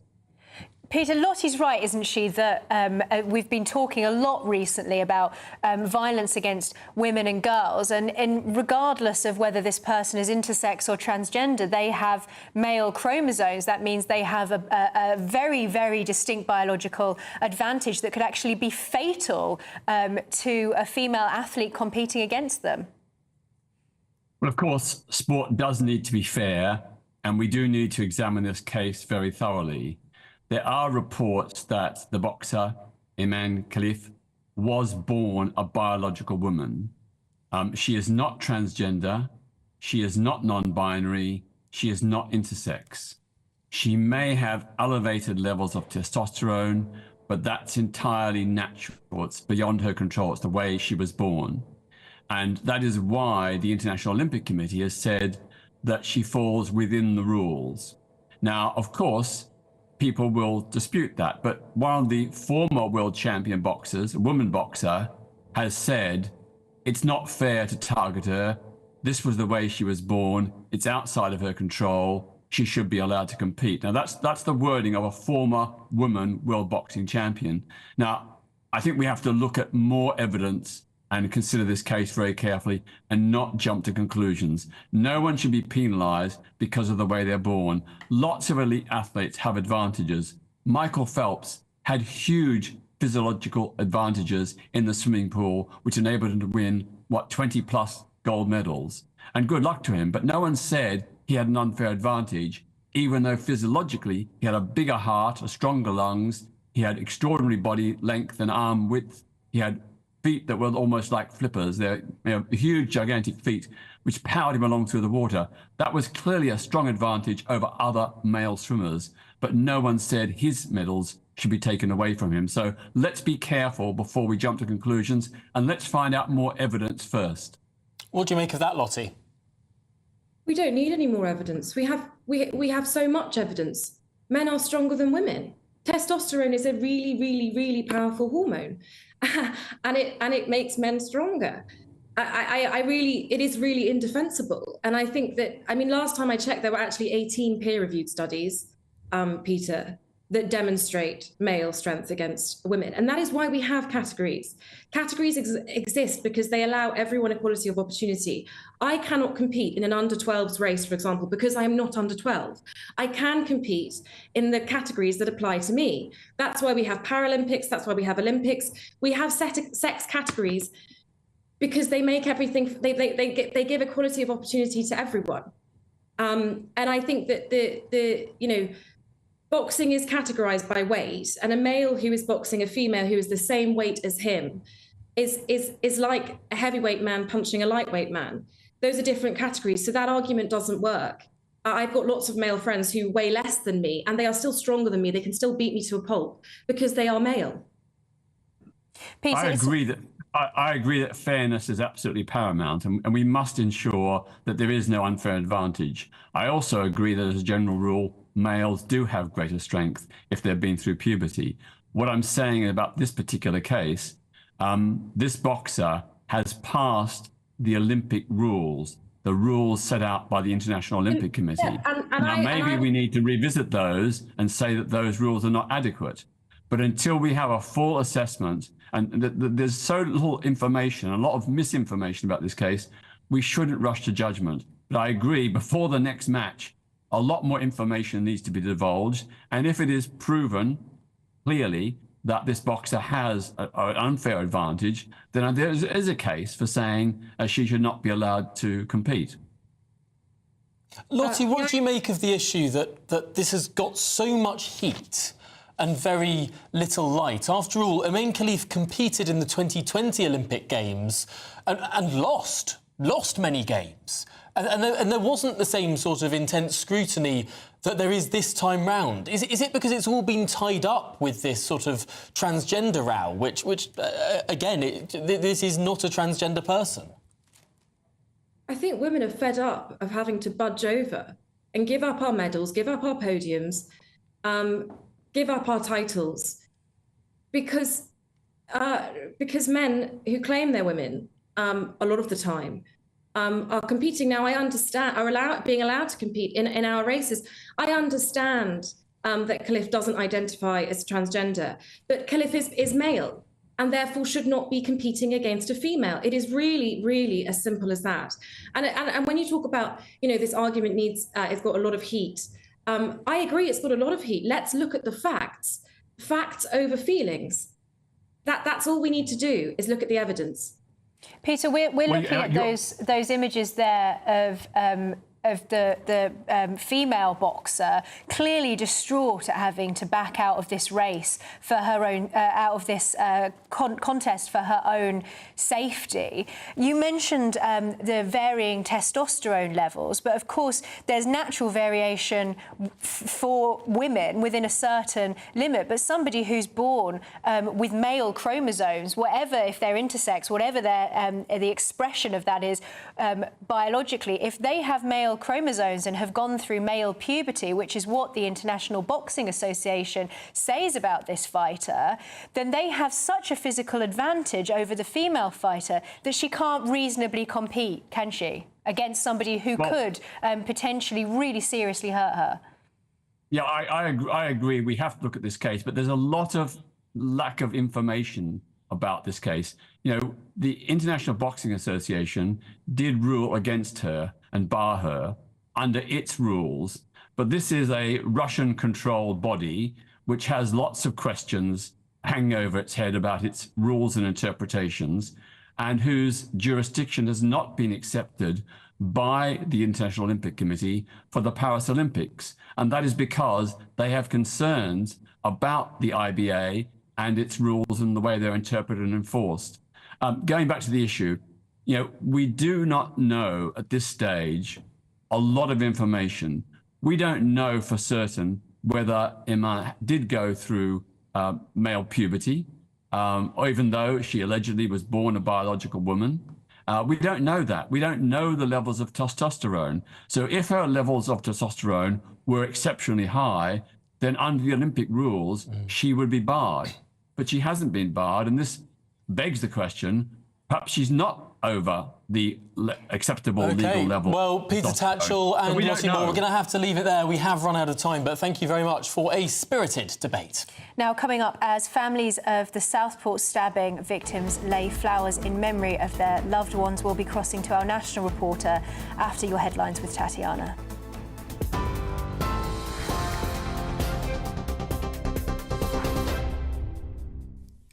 Emma, thank you and good afternoon. The top stories from the GB newsroom. Home Office Minister Lord Hanson has told would-be rioters to be prepared to face the full force of the law if they choose to return to the streets this weekend. Several protests are due to take place over the coming days. At least 15 are reported to have been advertised online. The Muslim Council of Britain says hundreds of mosques across the country will be strengthening their security this weekend. Last night, announcing a new police unit to tackle violent disorder, the Prime Minister blamed a gang of thugs for a riot in Southport, which saw dozens of police officers injured in a clash with a crowd of men outside a mosque. The unrest came a day after 3 girls were killed in a knife attack in the town. 17-year-old Axel Ruda Cabana has been charged with their murders. Meanwhile, police say they've identified a woman who was one of 8 people being sought after protesters threw objects at a demonstration outside a hotel housing migrants in Aldershot, which left 1 police officer injured. Hampshire Police said a minority of the 200 who protested outside the Potters International Hotel became involved in the disruption on Wednesday evening. The protest follows multiple instances of unrest across the country following the Southport stabbings. 3 US citizens freed in a Russian West prisoner swap are back on American soil. Evan Gershkovich was one of 16 prisoners swapped for 8 Russian prisoners in what has been described as the biggest exchange since the end of the Cold War between Russia and the West. Gershkovich was detained since March last year on charges of espionage, which he'd always denied. And some breaking news to bring you now. Great Britain's Bryony Page has won a gold medal in the women's trampoline at the Paris Olympics. The 33-year-old won silver in Rio, bronze in Tokyo and now gold in Paris. She's the European champion, the world champion and now the Olympic champion. Great Britain now sit 4th in the medals table. And those are the latest GB News headlines for now. I'm Tatiana Sanchez. More from me in half an hour. For the very latest GB News direct to your smartphone, sign up to News Alerts by scanning the QR code or go to gbnews.com/alerts.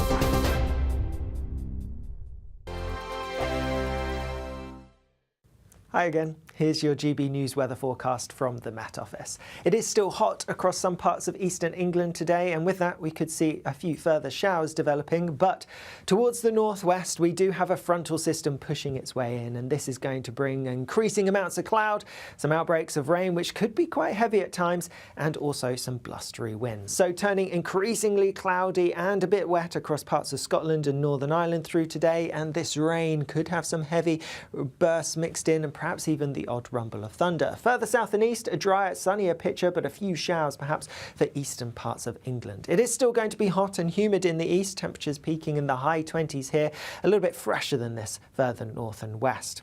As we go through this evening, we are going to end the day with a pretty wet picture across much of Scotland. That front will have moved its way across, and so many places having a lot of rain to end the day. Do watch out for some spray if you're heading on the roads. A lot of that rain will have pushed through many parts of Northern Ireland, still clinging on in the far east, but something brighter for western parts. Meanwhile, for northern central parts of England and into Wales and the southwest of England, it will be turning increasingly cloudy as we go through this evening, and there will be some outbreaks outbreaks of rain. But in the southeast, it is going to be a largely dry end to the day and holding on to clear skies as we go through much of the night. It's not really until we head towards dawn tomorrow morning that we start to see that cloud spilling its way in. But because there will be quite a bit of cloud and some outbreaks of rain across many parts of England, temperatures not dropping much here. A fresher story, though, across Scotland and Northern Ireland could get into low single figures in rural spots. First thing tomorrow, do watch out for some wet weather across central, southern, southeastern parts of England. That front will be lying here and there could be some waves along it, bringing some heavy pulses of rain, some uncertainty as to exactly where we're going to see the wet weather. Elsewhere, it's looking a bit drier and brighter, but some showers towards the northwest and for all, a bit fresher. The latest GB News travel. I'm John Vincent. There's queues on the M61 northbound in Lancashire just before junction 30 of the M6. Estimated travel time around 15 minutes. Slow for the M6 southbound in Manchester between junction 24 Ashton in Makerfield and 21A the Croft interchange. There's roadworks around that area. Also slow in Manchester on the M61 southbound at junction 1 the Swinton interchange. The M4 westbound near Swansea is partially blocked due to a traffic problem at junction 41 Baglan. Further along in Carmarthen, the A40 westbound has been closed for an accident between the Johnstown turnoff and St Clears. Slow M4 eastbound near Newport between junction 29, the A48M and 26 Malpas Road. And queues on the M25 anti-clockwise in Kent at the Dartford Tunnel. Estimated travel time 30 minutes. And that's the latest traffic and travel news. You can stay up to date throughout the day by visiting our website, gbnews.com.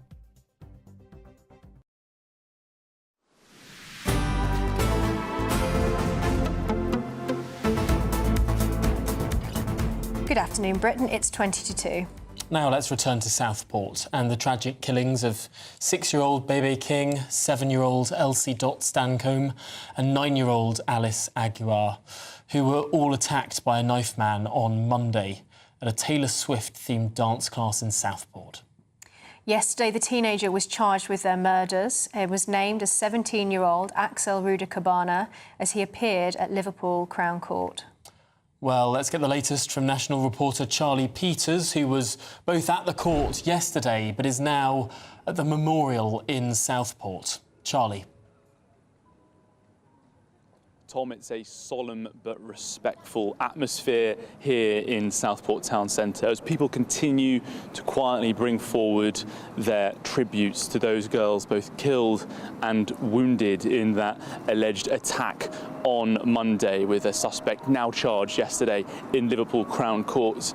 No great visible outpourings of emotion from local people here, mostly just coming up, paying their respects, laying down flowers and staying for a few moments to read some of the tributes that we've seen here all day. From the start of the day, we saw people arrive from 7 a.m. to pay their respects before they went off to work, and when we arrived 2 days ago, we also saw people here before they went to bed, again, on their way home, just passing through this tribute. It's become something of a meeting space in the town, people gathering on their lunch breaks just to observe the tribute and to show this town being united and showing an element of cohesion after all the traumatic incidents they've endured this week. And earlier, about an hour and a half ago, the family of Alice Aguiar appeared to pay their own very emotional respects at this scene, where a large photo of that little girl, aged just 9, killed on Monday, is placed before the tributes. We saw balloons 9, because she will be forever 9 years old, attached to the location where her photo is, and also a set of balloons with writing put on them by her family and some close friends there, set off and allowed to rise into the Merseyside sky here in Southport. So throughout the day, a real feeling of solemn respect as people come forward to engage with this community experience here in the Northwest. But it comes as the Assistant Chief Constable for Merseyside Police, Jenny Sims, saying that the disorder on Tuesday was an act of disrespect towards the victims of the alleged attack on Monday. And there are now growing fears that we will see more protests this weekend, concerned that those protests could spark further disorder that we saw in the week. Obviously, people are extremely angry about this case. People I've spoken to today and throughout our time in Southport have said that obviously they're heartbroken and traumatised by the senseless violence that occurred on Monday, but they don't think that the answer is rioting. They say that all of that violence detracts away from what happened on Monday. It is, in their views as well of the senior police officer, disrespectful to the families. It does nothing to support them. It does nothing to improve the situation. Instead, it just brings more anger into the town at a time when all of that feeling should be channeled towards achieving a better purpose here, a better sense of how this town should be feeling right now. Well, we also saw the Mayor of Sefton here and the Mayor and Mayoress of Warrington also paying their respects in a brief tribute before some of the cards, the balloons, some teddy bears to children here. And we know the names of the 3 girls who were killed in that attack on Monday, and many letters here are addressed to them, to Alice, to Bibi and to Elsie. But many of the letters are also addressed to the 8 other children who were injured in that attack. Now, we can't read those names because they're protected as they are children of alleged attempted murder.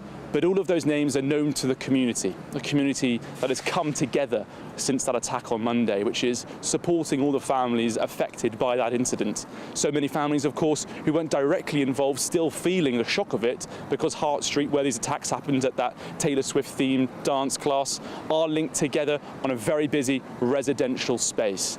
But here in Southport, again, solemn, a respectful atmosphere, people coming forward, writing messages, leaving cards, and not just from this town. We've also seen marks of respect from across the United Kingdom. I've seen a letter from Belfast, a note from Norwich, and also from local towns close to Southport, including Preston, people travelling to pay their respects to a town which is grieving and mourning and beginning to process the appalling incident on Monday and some of the disorder that they witnessed on Tuesday. Disorder that a judge yesterday in court said was inspired by misinformation online. Well, let's hope now that more clarity about the suspect's identity and about what happened on Monday might cool some of those flames that led to serious disorder. Well, Charlie Peters, thank you very much for that report. Very moving to see all those tributes. The agony on the face as well of her grieving family is just excruciating. Well, coming up, we're going to be moving on and we're going to be turning to politics, because the leadership hopeful and former Immigration Minister Robert Jenrick is launching his campaign for the Tory leadership in Newark this afternoon. We'll be there with our political editor after this.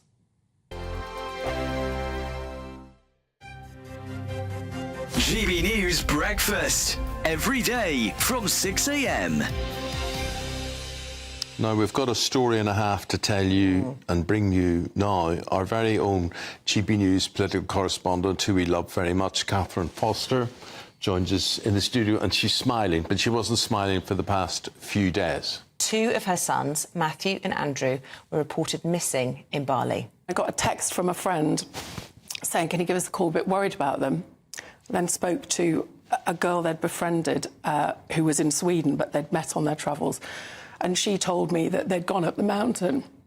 By the time I found out, they'd been missing for 30 hours. They'd gone up the mountain on the Tuesday night, British time. This was the Thursday morning, without a guide. And they'd told her it was really hard.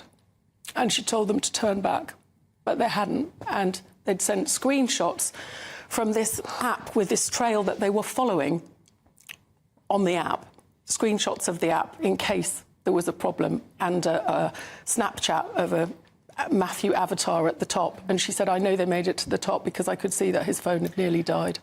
But the trail had actually closed many years ago. So the app, we will need to make sure that that gets taken off the app. But, you know, technology saved them in the end because it was the screenshots and it was the messages that they'd sent, but they should never have been without a guide. But what were you doing during those 30 hours that Mum couldn't, when the phone died and Mum couldn't get in touch? Where were you? What were you up to? Well, we were trying to figure out the best course of action, because it started to pour with rain. The amount of rain created a river, like a stream. Yeah. We were like, oh, yeah, let's follow the stream downhill and then the sun set and we just had to like sleep in the bushes in the jungle. GB News, the People's Channel. Welcome to State of the Nation, daily plunge into the stories shaping our country. I'm Jacob Rees-Mogg, and Monday to Thursday we bring you the insights, the facts, the truth about how our country is being governed. Because what happens in Downing Street matters down your street. Tune in to State of the Nation every Monday to Thursday, 8 to 9 o'clock.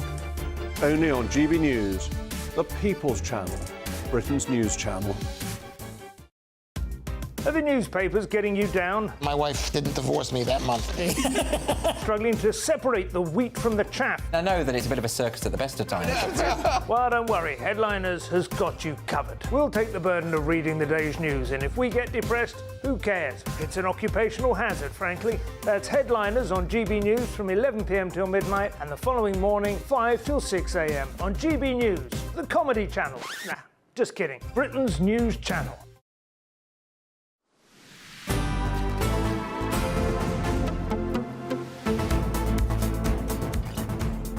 Good afternoon, Britain. It's 48 minutes past 1. Robert Jenrick is holding a news conference later this afternoon as he launches his campaign to replace Rishi Sunak as leader of the Conservative Party. A former immigration minister will tell party members a little later on this afternoon that the Tories can win the next general election if the party undergoes major changes and wins back the trust of the public. Although he does admit they have a mountain to climb. Let's cross now to our GB News political editor, Christopher Hope. Christopher, what is the latest on the launch of Jenrick's campaign? Hi, Emma. Hi, Tom. Yeah, it launches around 3 o'clock. We'll carry that live for viewers and listeners on GB News. Robert Jenrick, the former immigration minister who resigned over the government's Rwanda plan, saying it was unworkable. He's the second favourite behind Kemi Badenoch.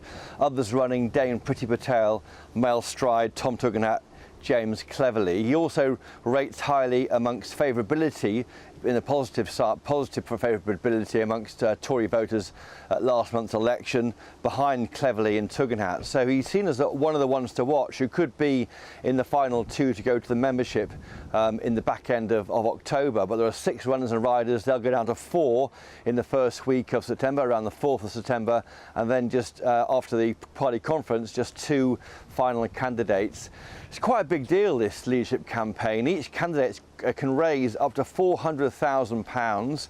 To enter the race, they've got a guarantee they can pay CCHQ £200,000. I think after 2 o'clock, I'll show you around the set of the Jenrick launch. It is pretty glitzy, pretty American looking, which I think you might find quite surprising. What he'll be saying, though, Robert Jenrick, is his party has a mountain to climb, and that mountain may as well be Mount Everest, given the scale of Labour's landslide win last month and the paucity of MPs that the Tory party has in the House of Commons. He'll say the Labour government is already tired. He'll say there's no commitment to raise defence spending to 2.5% of GDP, as the Tories had committed to before the election. There's no firm date for that. And he'll say that the ambition to build new homes is quite moderate and quite not ambitious enough, he will say, from Angela Rayner, the new housing secretary, because they're not the homes where they're most needed. He also attacked the government for plans to release thousands of dangerous criminals, in his words, next month to ease prison overcrowding. So this is the beginning of a number of launches from all 6 candidates we'll bring to you on GB News over the next month or so. Well, Christopher, I'm very much looking forward to the tour of this glitzy launch stage. I've got my mind spinning with different sort of images. Viewers didn't get to see the excitement on Tom's face when you mentioned that there. But Christopher, it's interesting. I don't want to... Yeah, go on. I don't want to I mean, in politics, Tom, you know what it's like. It looks quite glitzy to me and you, but I'm not sure the viewers that impressed by it. But it's interesting this is all being launched in Newark, because I've been to a number of Tory leadership campaign launches in my reasonably short time in politics, and they're all in Westminster. They're all in a stuffy room. They're all sort of very introspective. This is getting out into the country.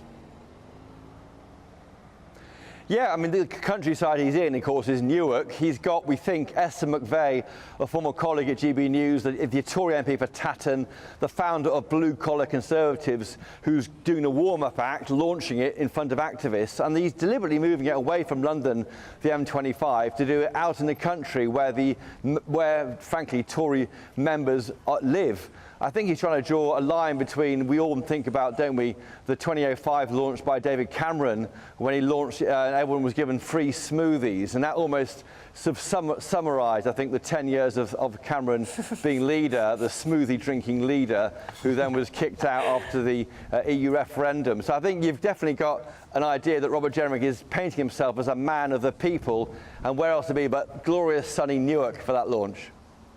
Christopher, I've got to ask you, why is he the bookies' favourite? He is number 2 favourite behind Kemi Badenoch, Emma. Others, Mel Stride 28 to 1, Tugendhat 4 to 1 with James Cleverly, Dame Priti Patel 9 to 1. I think that's because he's on a journey. He was seen as quite a moderate. He's called Robert Generic.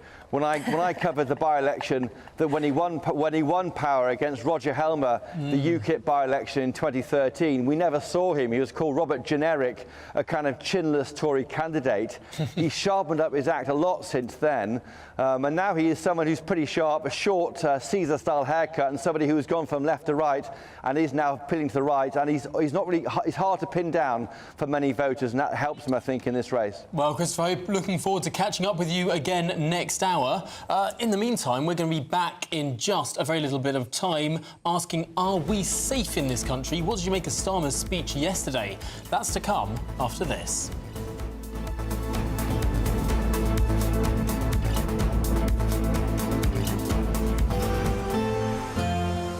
A brighter outlook with Box Solar, sponsors of weather on GB News. Hello again, here's your latest GB News weather forecast from the Met Office.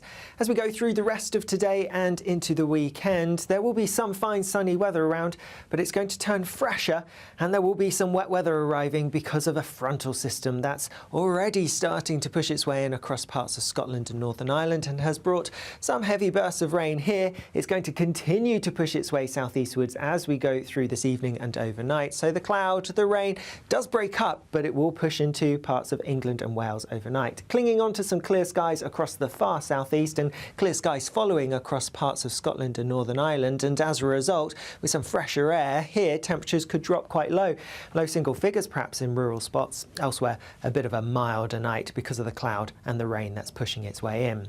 There could be some heavy bursts in the rain as we go through tomorrow morning across parts of central southern England and Wales and towards the southeast, so just watch out for that. Otherwise, it's quite a cloudy story across many parts of England and Wales, but a brighter, sunnier start to the day across northern western parts, particularly across Scotland and Northern Ireland. That being said, there will be a few showers around for western parts of Scotland, and some of these could be a little bit on the heavy side.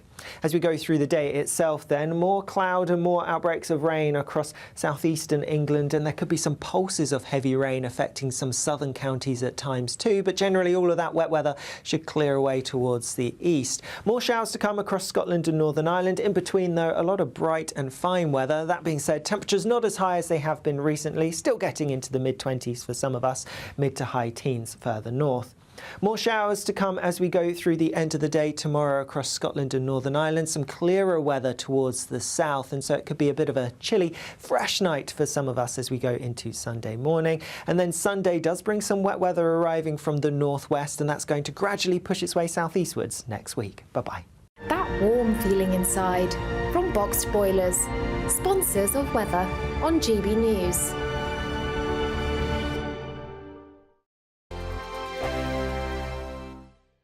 You really could become the next big Great British Giveaway winner with your chance to win £30,000 in tax-free cash to spend on anything you like. Listen to what some of our previous winners have to say about winning big with us. On the day that I got the money in the bank account, everything just seemed a lot sunnier. But I do have something to spend it on. Just go for it. It's an absolute must. Thank you, GB News.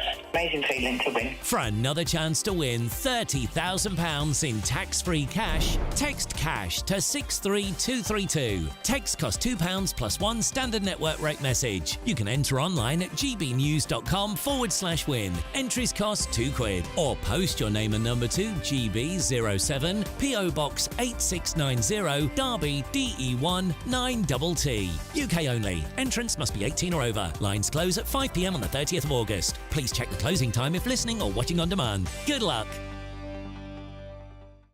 Tune in to Friday Night Live with me, Mark Dolan. GB News royalty with your perfect start to the weekend. Lucky us! Feisty and fearless guests. Well, I'm a normal person, so ask me. Honest opinions. That raises more questions than a Gary Barlow tax return. And a few surprises along the way. Might be cold in this studio. That is Friday Night Live with me, Mark Dolan. 8 to 9, only on GB News, the People's Channel, Britain's news channel.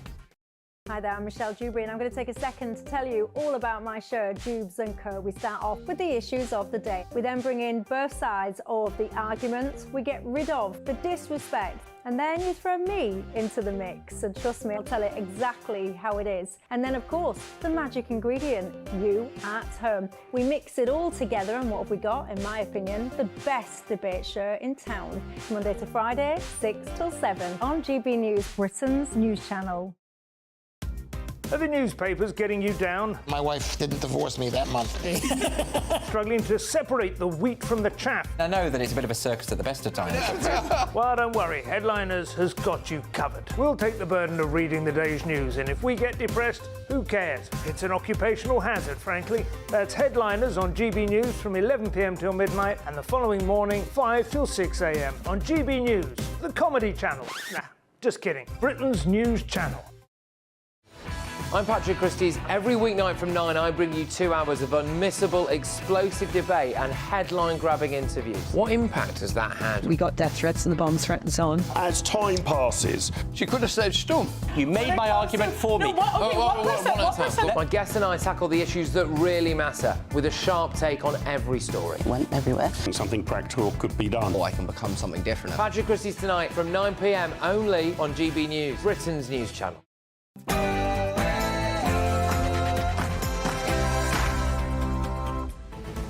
Good afternoon, Britain. It's 2 o'clock on Friday, the 2nd of August.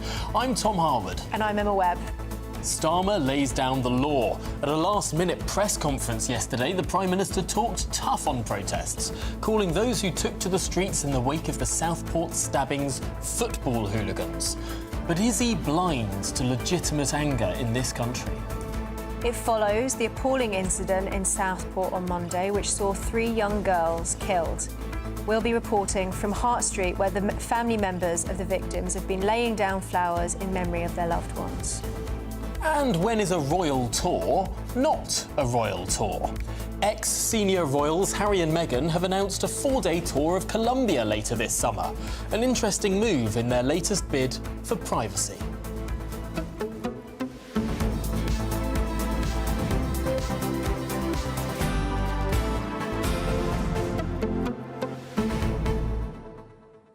Now, here's an interesting one we're keen for your views on. It's the issue of facial recognition, the issue of CCTV, the issue of a greater use of surveillance announced by the Prime Minister yesterday in regard to these protests. We were speaking to a guest earlier who was effectively saying that if you have done nothing wrong, then you have nothing to fear by the use of facial recognition technology or CCTV. But I think many people, myself included, think that that's beside the point, and actually that there is a separate danger associated with that kind of stay overreach into your private life. I don't think it matters whether you're doing something wrong or not. If you could make that argument to put CCTV cameras in people's homes, but what does it matter if you're not doing anything wrong? If you're not doing anything wrong, why not have a government bureaucrat look at every single corner of your life? Precisely. But I think there's a deeper question about the infrastructure that we're setting up. and how it might be used in the future. I mean, we've all seen some of the more authoritarian countries around the world, how they deploy facial recognition and sort of and have different privileges for different levels of citizenship, depending on how sort of loyal you are to the state. I mean, I don't think we're quite there in the United Kingdom. We're not going to be there soon, but you do worry. Is this sort of the thin end of a wedge going somewhere quite dark? Yeah, I think it's really frightening, actually, the sort of expansion of the state, Big Brother, Chinese-style social credit system. Yeah, of course, it's really important to deal with these things, but there are ways to do it, and there are other ways that are a serious infringement on our civil liberties. But there we are. We'd like to know what you think. So please do send in your views and post your comments by visiting gbnews.com/your say. But now it's your headlines with Tatiana.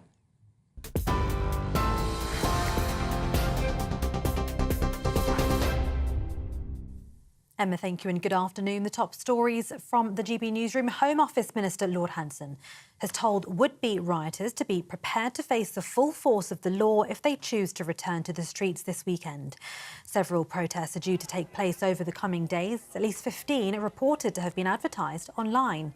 The Muslim Council of Britain says hundreds of mosques across the country will be strengthening their security this weekend. Last night, announcing a new police unit to tackle violent disorder, the Prime Minister blamed a gang of thugs for a riot in Southport which saw dozens of police officers injured in a clash with a crowd of men outside a mosque. The unrest came a day after 3 girls were killed in a knife attack in the town. 17-year-old Axel Rudukabana has been charged with their murders. Meanwhile, police have identified a woman who was one of 8 people being sought after protesters threw objects at a demonstration outside a hotel housing migrants in Aldershot, which left 1 police officer injured. Hampshire Police said a minority of the 200 who protested outside the Potters International Hotel became involved in the disruption on Wednesday evening. The protest follows multiple instances of unrest across the country following the Southport stabbings. 3 US citizens freed in a Russian West prisoner swap back on American soil. Evan Gershkovich was one of 16 prisoners swapped for 8 Russian prisoners in what has been described as the biggest exchange since the end of the Cold War between Russia and the West. Gershkovich was detained since March last year on charges of espionage, which he'd always denied. Czech billionaire Daniel Kretinsky's £3.5 billion takeover deal for the owner of Royal Mail has been called in by the UK government under security rules. International Distribution Services, the parent company of Royal Mail, agreed a takeover deal by Mr Kretinsky's group in May. It is understood the Cabinet Office has now launched a review process into that bid under the National Security and Investment Act. The process will assess whether the sale to Mr Kretinsky, who's already IDS's largest shareholder, could affect the UK's economic infrastructure or pose a security risk. The government minister in charge of sport says she will be speaking with sporting bodies about inclusion, fairness and safety after what she described as an incredibly uncomfortable watch when asked about the Olympic boxing gender row. Italian fighter Angela Carini abandoned her bout against Algeria's Iman Khalif after 46 seconds, saying she'd never felt a punch like this. Khalif is one of 2 fighters present at this year's Games, having been disqualified from the World Championships last year by the International Boxing Association for failing to meet gender eligibility criteria. But Lisa Nandy said the biological facts are far more complicated than is being presented on social media. Some good news. Great Britain's Bryony Page has won a gold medal in the women's trampoline at the Paris Olympics. 33-year-old Bryony won silver in Rio, bronze in Tokyo and now gold in Paris. She's the European champion, the world champion and now the Olympic champion. Great Britain now sits 4th in the medals table. And some sad news. The Prime Minister led the tributes to Sir Andy Murray after his tennis career ended in defeat in the quarter-finals of the Olympic men's doubles. 21 years after his first professional match, his last match ended in a straight sets loss to Americans Taylor Fritz and Tommy Paul alongside his doubles partner, Dan Evans. Shortly after the defeat, Sir Andy posted on X saying, "Never even liked tennis anyway." Sir Keir Starmer took to X also saying, "Thanks, Andy, for 2 decades of phenomenal entertainment and sportsmanship. A true British great." Murray bows out from the sport as a double Olympic champion, three-time Grand Slam champion and former world #1. Well, Murray's thanked his fans for all their support over the years. Hi everyone, it's Andy. I just want to send a quick message to say a huge thank you for all of your support over the years. It's been a bit of a roller coaster at times, but yeah, the support I've had from you guys has been, extremely special, particularly when I've, been competing at, Wimbledon and, the Olympic Games in London. It was incredible. So, yeah, just want to say a huge thanks for sticking with me and getting behind me. And yeah, I'll miss you all, but yeah, thanks for the support. And those are the latest GB News headlines for now. I'm Tatiana Sanchez. More from me in half an hour. For the very latest GB News direct to your smartphone, sign up to News Alerts by scanning the QR code or go to gbnews.com/alerts.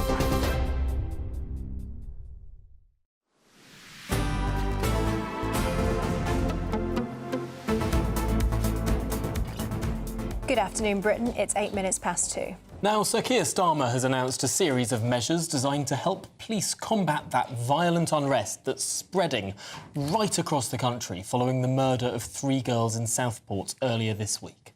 The measures include the creation of a new violent disorder unit that will see greater intelligence sharing between police forces and the wider deployment of facial recognition technology. Well, it all comes as the Prime Minister also warned that so-called far-right thugs are planning a summer of riots, and they promised that they would face the full force of the law. Now let's discuss this with GB News Home and Security Editor Mark White. So do these new measures actually entail anything new? Well, certainly there have always been processes in place where police forces right across the country share intelligence. There's what they call mutual aid as well, where resources can be rapidly deployed to assist one police force that might be struggling with resources because of mass disorder or some major event. So these structures are in place, are well rehearsed and work very well. So I'm not quite sure what's new. It's been branded as a violent disorder unit. That's a catchy phrase that governments often... Is it maybe more of a PR move? Well, you might say that, I don't know. But the police that came out certainly said, of Downing Street yesterday, certainly said to me that, they are reviewing what has happened, they are trying to learn the lessons from that, and that they believe that they are well placed to be able to deal with whatever might come down the pipeline. And sadly, there is a fear that there may be further disorder in the days ahead. This is what I wanted to ask you, Mark. What precisely are the police now preparing for?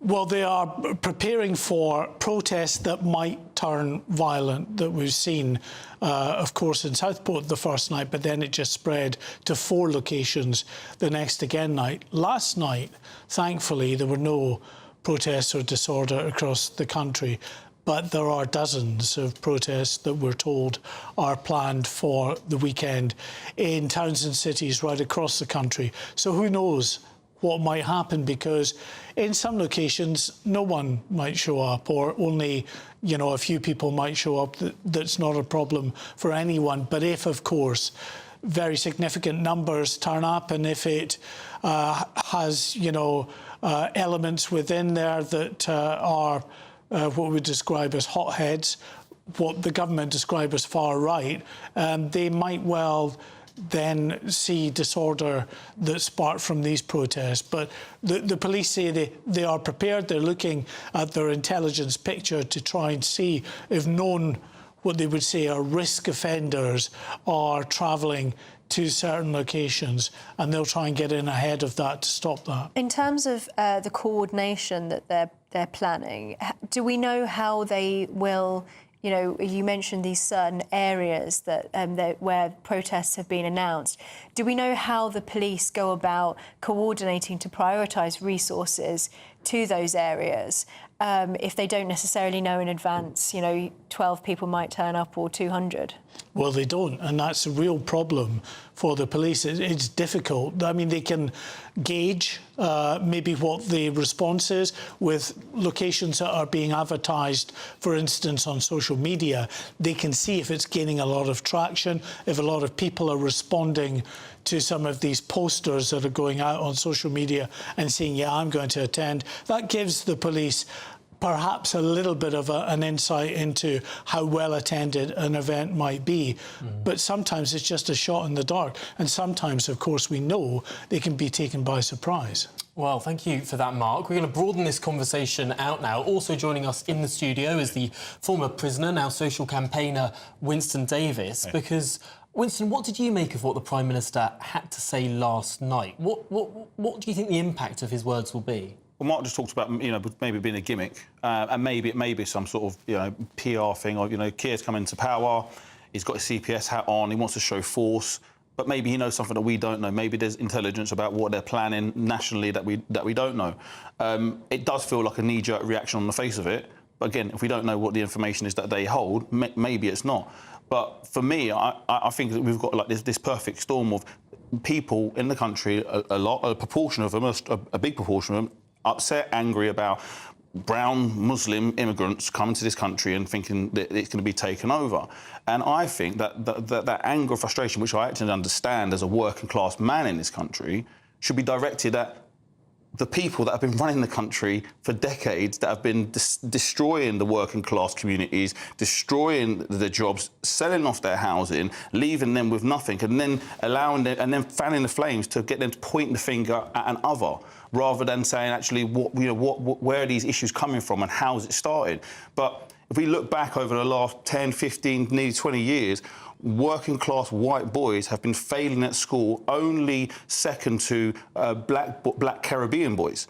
And now those boys are now coming of age, but they don't have the ability to read or write or dissect information in an analytical way. So therefore, when they see a post online as it's being shared around saying, oh, another immigrant's come off a boat and he's a Muslim and he's killed all these girls, let's go and riot and attack the Muslims.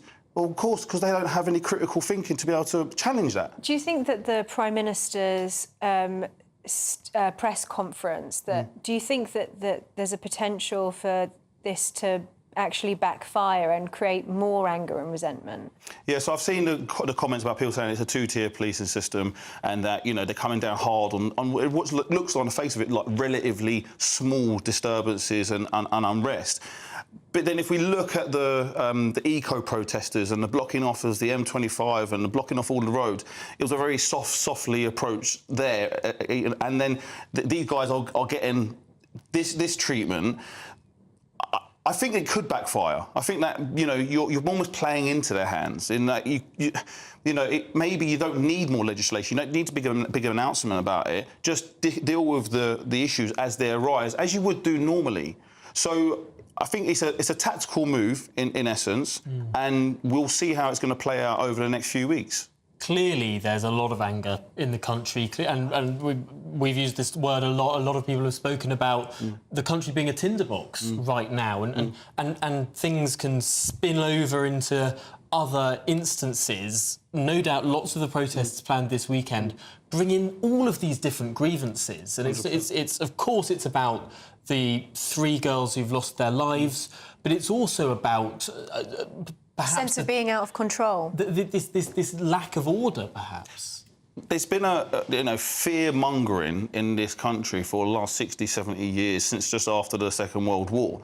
1964, I think it was, a Conservative councillor won an election in his constituency by using the N-word, if you want an N as a neighbour, vote Labour. And he won his election. I'm not sure that was true. I think that was a leaflet that was put out by a separate group that wasn't affiliated with that candidate. As it stands, this is written down, I've looked into it, it said in 1964. That's the kind of environment 60 years ago, OK? Voiced out, black people coming to the country who were part of the empire. They thought this was, my dad come here thinking this is part of his home, his land, to come back and help to rebuild after the war. And then 20 years ago, we were saying, oh, the Eastern Europeans coming here to stealing all of our jobs. 20 years later, now it's the Muslims that are going to... And it's like fanning the flames of the other. And for me, it's like going, actually, no. The people, successive governments for decades, and the people that fund those governments that have caused this division.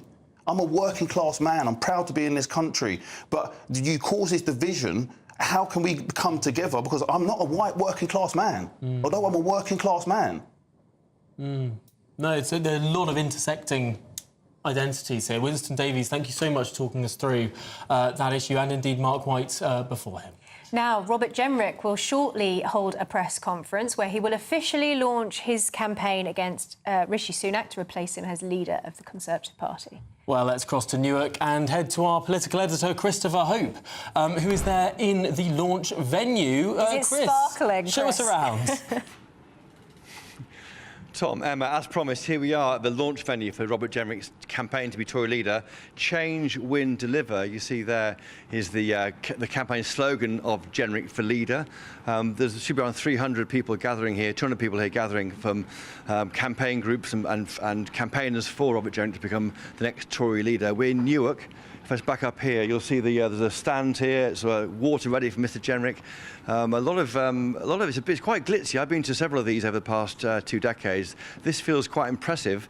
Each candidate must raise £400,000 or a cap of that amount, £200,000 given to the Tory party. You can see where a lot of that money has gone to. You see the press is lined up on the stand behind there. Yeah, I think it's quite interesting that on every single seat there's a Jenrick for Leader campaign. Join Jenrick.com, it says there, with this policy platform. So may I join you? You'll see and ask why you're here. And who are you, please, sir? So my name's Philip Ullman. I'm a social entrepreneur, so I run a number of large businesses. And I've been speaking to a number of politicians over the years. Rob is different. He's actually different. He's listening. And he's got ideas which I think are very important, not just for the Conservative Party, but actually for the country. So I think this is an exciting time, and I think we're talking about a potential visionary that can make a big difference, not just for the Conservatives, but for the UK. Is he left-wing or right-wing as a leader? Why are you wincing? I don't like the jargon of left-wing and right-wing, because I like to speak to people simply. He's a good man. He's a family man. He cares for others. And he wants to provide a country where we actually care for each other. So left-wing is just too complicated for me. Yeah. So put simply, he gets it. He recognises that the social unrest that we're seeing in Southport, there's a need for something different. And I think he's that. I think he's good. Okay, Mr. Paul Norman, thank you. There you have one of the supporters there for Robert Jenrick, and the room here is now filling up with others. We'll have the speech by Mr. Jenrick at 3, and then questions from the press, including GB News afterwards. And then we should have a guest, I think, maybe Esther McVeigh, on the channel later on today. So this is the beginning of a 3-month process to find the successor for Rishi Sunak. The other candidates, of course, Kemi Badenoch, Tom Tugendhat, and others. So there's a whole process to go through. This is the first of several of these launches, and we'll bring more to you live on GB News. Absolutely fascinating. Chris, just 40 minutes to go. We'll be back with you at 3 o'clock. It was a terribly glossy-looking leaflet he had there in his hand, didn't he? Now, 3 US citizens are back on American soil after being freed in a Russian West prisoner swap. But our next guest argues that that it will prove to benefit the Russian leader Vladimir Putin.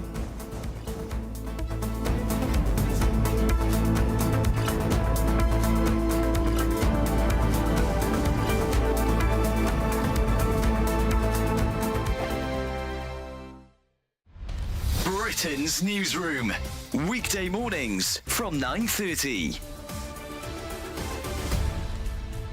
We're joined now by GB News national reporter Charlie Peters, who is outside Buckingham Palace for us. Well, let's start with the expenditure, shall we? From the last year, it was £89.1 million. That's what the royal household spent.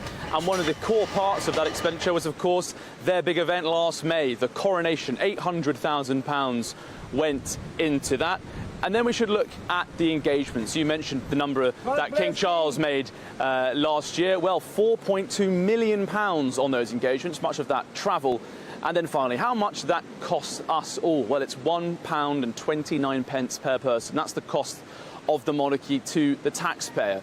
But that really hides the truth of how that cash comes about, because all of the money that the royal household spends is actually theirs being given back to them by the Treasury. It comes from the Crown Estate surplus. That's a £16 billion portfolio they have, and their sovereign grant is made up of the surplus from 2 years prior. So in the year to 2022, there was about £350 million knocking around from the surplus. That was given all to the Treasury, and they were given back 15% as their core sovereign grant. Additional 10% was given towards the resurfacing of Buckingham Palace. That's been going on since Parliament voted on it in 2017. It's expected to take 10 years.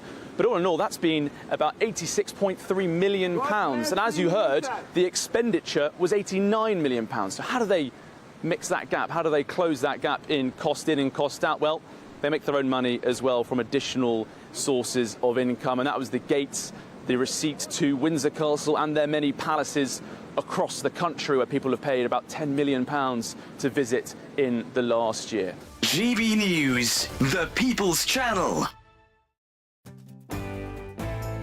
I'm Andrew Pearce. This is GB News, the People's Channel, Britain's news channel. Every Saturday, 10 till 12, we'll bring you all of the news that you need to know. We'll also remind you that there is so much to smile about. It's my favourite time of the week. I get to relax, enjoy some light-hearted stories, and let Ellie teach me about fashion too. That's Saturday Morning Live, every Saturday, 10 till 12. Only on GB News, Britain's news channel. I'm Bev Turner. Thank you for joining us on GB News, the People's Channel, Britain's news channel.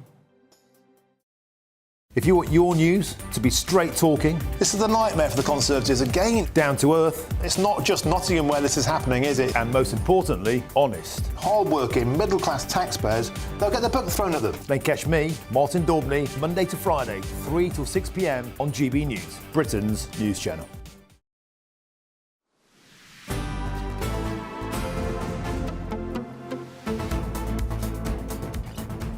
Good afternoon, Britain. It is almost 2:30. Now, 3 US citizens are back on American soil after being freed in a Russian-Western prisoner swap, the largest in decades. Evan Gershkovich, Paul Whelan and Alsu Kurmashiva are among the 24 detainees from 7 countries involved in an historic deal that had been more than 18 months in the making. However, despite the seemingly positive news, there are warnings of a darker side to this story, namely that Vladimir Putin will milk the event and see hostage-taking as a get-out-of-jail-free card for the assassins, saboteurs and spies around the world for them to steal, murder or cause general chaos. Those are the words of our next guest, the Russian warfare expert and former Conservative MP, Bob Seeley. So, Bob, I have to ask you, given what we're seeing in Iran, with Hamas as well, a number of states, including China, in fact, that could be emboldened by this to take hostages. And those hostages may be, for example, Wall Street journalists, people who are very, very much innocent compared with the bad people that are released and exchanged in these prisoner swaps.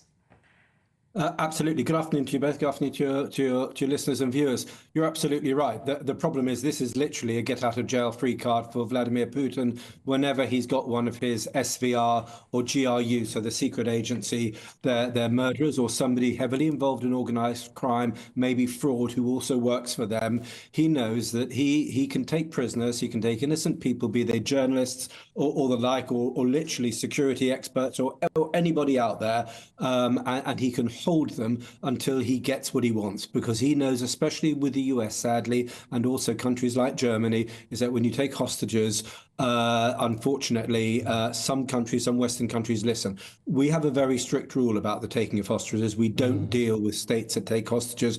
But even then, for example, with Nazanin Zaghari Ratcliffe, we were forced to negotiate somewhat with the Iranians. But Iran, China, Russia, they're all doing it nowadays. And I think as international problems grow worse and the international situation becomes more complicated and more dangerous, frankly, I think, sadly, this is only going to increase.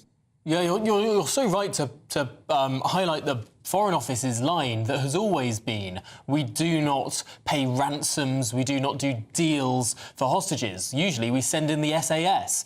But has this actually sort of started to break down in recent years? You mentioned Nazanin Zaghari-Ratcliffe. Of course, the US has always had a slightly more ambiguous policy. Are we seeing perhaps a new era of hostage-taking as a result of this breaking down of protocol? Yes, I mean, I think, Tom, I think that's a really good point, and I think for our enemies, absolutely. I think they think we're into a winner here. If you we should be saying, well, of course, we don't deal with hostage taking, but when you've got a government, especially one like the last Conservative government, grew to be quite unpopular towards the end, this is just yet another piece of friction, yet another problem that government has to face. And despite the tiny numbers of people involved, the profile that this delivers, both by way of causing problems within a target country, the United Kingdom or the United States or Germany, these are potentially very effective tools to be used against democracies that are beholden to voters and beholden to their citizens, as opposed to authoritarian powers that know that they can lean on states by doing this. And I think, sadly, if you look at what's happening in the world, like the Chinese are doing it, the Iranians are doing it, I think the North Koreans have done it, but not recently. The United States has suffered from it from the hands of Russia, we've just seen. So I think this is only going to become an increasing problem as states like Russia, like China, like Iran, use non-traditional forms of conflict to get at, to undermine Western free states. Now, some might say that there is an ethical obligation in some sense to those hostages, that we can't simply leave innocent journalists, for example, languishing on unjust charges in Russian jails or Chinese jails. So there is a conflict there, isn't there, between the ethical obligation that we might feel versus the strategic necessities of not negotiating for the release of hostages in this way? You're absolutely right. You cannot let somebody languish. So I think the problem has slightly been with the FCO that we haven't had a dedicated sort of czar or whatever you want to call them. The US has an ambassador whose sole focus has been to deal with state hostage taking. And arguably, we need a focus of state hostage taking, someone or a small group who deal with that, and preferably a senior and significant figure in the Foreign Office. At the same time, if we start dealing with everyone who takes British citizens hostage, we are a very, very big target from many different countries throughout the world. We can't just bomb a country. We can't just send in special forces in almost all occasions now, especially when it's state hostage taking. And the problem is, if we start giving in, so to speak, all we're going to do is exacerbate the problem. And that's actually the slight mess that the Americans have got themselves into, because they have given in on several occasions. Well, given in, they have chosen to negotiate and either handed over bad people in their prisons or persuaded other countries to hand over bad people. So when Brittany Griner, the basketball player, was taken hostage a few years ago in Russia, Russia negotiated the release of one of the most infamous global arms salesman, who was very sort of closely associated with Russian secret agencies. And now, by taking Gerskovich, the Wall Street Journal a reporter hostage, they've got their murderer Krasikov out of a German prison. It's a huge moral hazard. I suppose the recommendation has to be, don't go and visit Russia. But Bob Seeley, I'm afraid that's all we've got time for. Russia warfare expert and, of course, former Conservative MP. Appreciate your time. Now, tributes continue to pour in for the 6-year-old BB King, 7-year-old Elsie Stankham and 9-year-old Alice Agua. Well, they were attacked by that knife man on Monday, but yesterday, of course, the teenager charged with their murder has been appearing in court. Let's go to Charlie Peters now, who is at the memorial, the laying of flowers in Southport. Charlie. Tom, Emma, good afternoon. Yes, the constant stream of tributes to those injured and killed in Monday's horrific incident, that mass stabbing attack on Hart Street here in Southport, has continued all day here. It's a solemn and respectful atmosphere as people leave flowers, balloons, some teddy bears and the lighting of candles to honour those who were caught up in that appalling tragedy on Monday after a 17-year-old was charged yesterday with 3 counts of murder, 10 of attempted murder and also possession of a bladed article, a kitchen knife in that case. But while we know the names of the 3 children killed in that alleged attack, we don't know the 8 names of those victims of attempted murder who were children. Now, those names are known to the community. Many of them have been addressed in the notes left behind me. Notes not only from inside the community here and from local villages surrounding Southport, but also as far as Belfast, Norwich and towns in Lancashire, including Preston. We've seen letters from all across the country in those paying respects at this location here today. And earlier on, we also saw the family of Alice Aguiar appear and gather in a solemn silence, a very emotional experience watching them gather, put down some more flowers of their own in front of a picture of Alice, aged just 9, and they had balloons with the number 9 because she will be forever 9 after that appalling tragedy on Monday morning, 11:50 at Hart Street, just 5 minutes away from where we are now. They also wrote some messages on some balloons and let them into the sky. I'll just move out the way now so you can take a look at some of the tributes we have here, give you a better vision of what's going on, because so many of these flowers have been added even in the last hour before you spoke to us, where more people coming to pay their respects and leave their messages, because this is a town experiencing a great shock, a trauma of Monday morning's events, but also the disorder that followed on Tuesday night. That rioting was shocking to the local community. We do have some positive news to bring you, though, which is that in the last hour, the fundraiser for some of those Southport stabbing victims has reached £100,000. Former Liverpool footballer, captain and indeed legend Steven Gerrard among those donating to the fund set up by the Southport Dance Group Emergency Fund on behalf of preschool dance companies in Britain. Steven Gerrard said that he was thinking of all the families involved in this attack as more people here in Southport continue to pay their respects. Well, Charlie Peters, thank you so much for that report. Really, really moving to see. £100,000. Now, coming up, the latest on the Sussexes ahead of their trip to Colombia.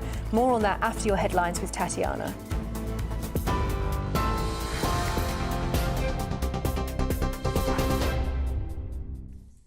Emma, thank you. The top stories this hour. Home Office Minister Lord Hanson has told would-be rioters to be prepared to face the full force of the law if they choose to return to the streets this weekend.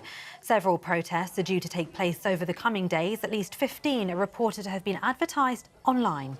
The Muslim Council of Britain says hundreds of mosques across the country will be strengthening their security this weekend. Last night, announcing a new police unit to tackle violent disorder, the Prime Minister blamed a gang of thugs for a riot in Southport, which saw dozens of police officers injured in a clash with a crowd of men outside a mosque. The unrest came a day after 3 girls were killed in a knife attack in the town. 17-year-old Axel Rudukabana has been charged with their murders. Meanwhile, police say they've identified a woman who was one of 8 people being sought after protesters threw objects at a demonstration outside a hotel housing migrants in Aldershot, which left 1 police officer injured. Hampshire police said a minority of the 200 who protested outside the Potters International Hotel became involved in the disruption on Wednesday evening.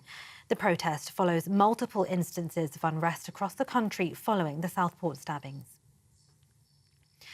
3 US citizens freed in a Russian West prisoner swap are back on American soil.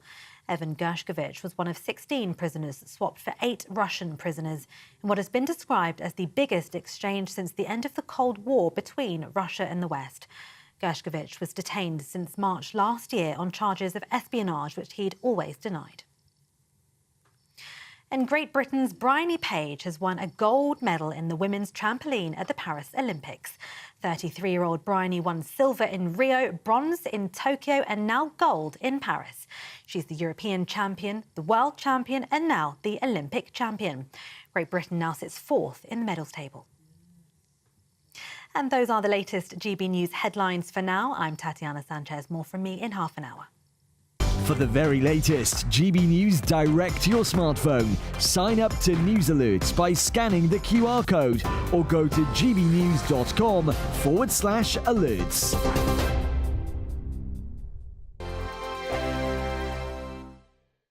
Hi again, here's your GB News weather forecast from the Met Office. It is still hot across some parts of eastern England today, and with that we could see a few further showers developing, but towards the northwest we do have a frontal system pushing its way in, and this is going to bring increasing amounts of cloud, some outbreaks of rain which could be quite heavy at times, and also some blustery winds. So turning increasingly cloudy and a bit wet across parts of Scotland and Northern Ireland through today, and this rain could have some heavy bursts mixed in and perhaps even the odd rumble of thunder. Further south and east, a drier, sunnier picture, but a few showers perhaps for eastern parts of England. It is still going to be hot and humid in the east, temperatures peaking in the high 20s here, a little bit fresher than this further north and west.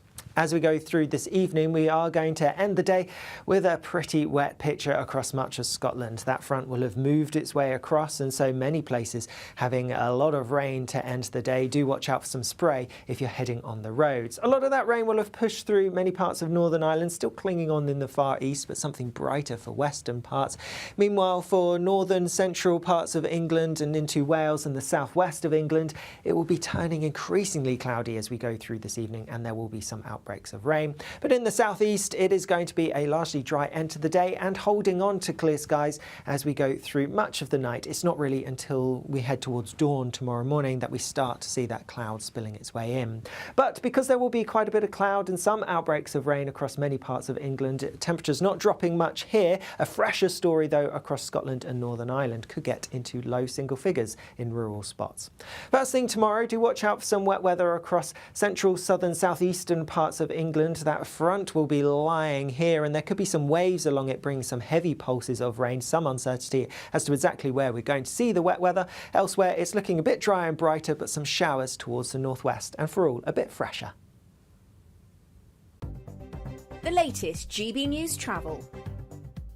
Good afternoon, I'm John Vincent. Queues on the M58 westbound in Merseyside. It's partially blocked for an obstruction just before the A59 Switch Island. Slow for the M40 northbound in Oxfordshire. There's a vehicle having a tyre change between junction 9 Bicester and 10 the Cherwell Valley services. Queue in traffic in South Wales, the M4 westbound. 2 lanes closed there for an accident at junction 41 for Baglan.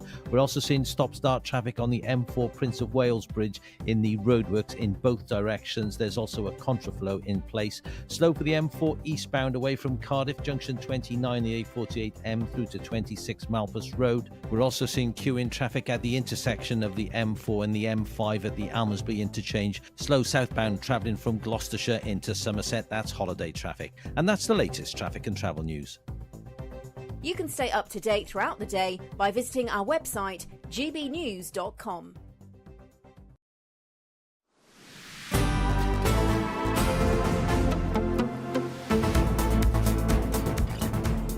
Good afternoon, Britain. It is 39 minutes past 2.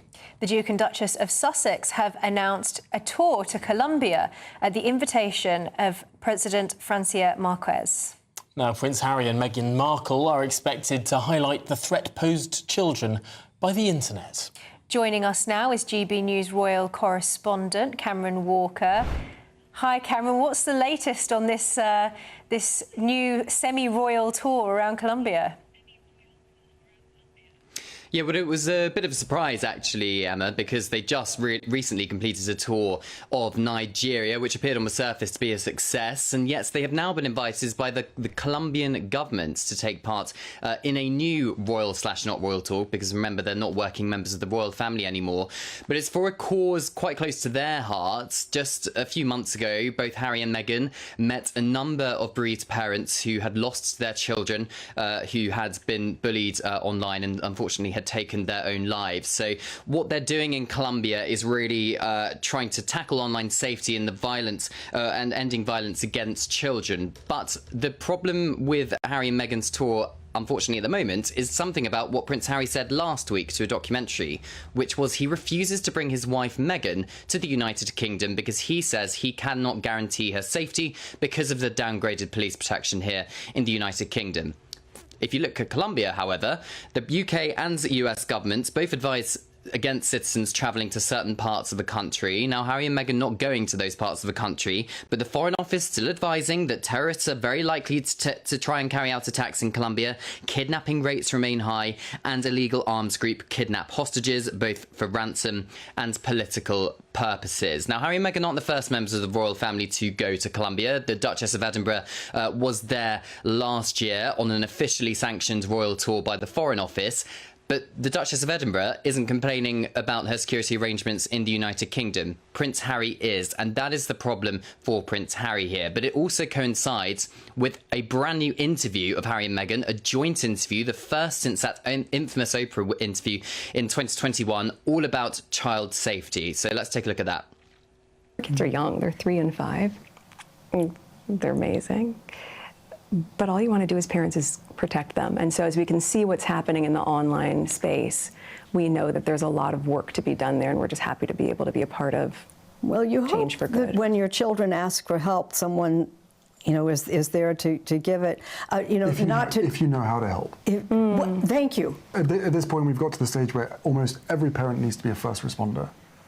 And even the best first responders in the world wouldn't be able to tell the signs of possible suicide. That is the terrifying piece of this. Cameron, we can understand why Harry and Meghan might accept an invitation to go to Colombia, but why would the government of Colombia extend that invitation to them in the first place?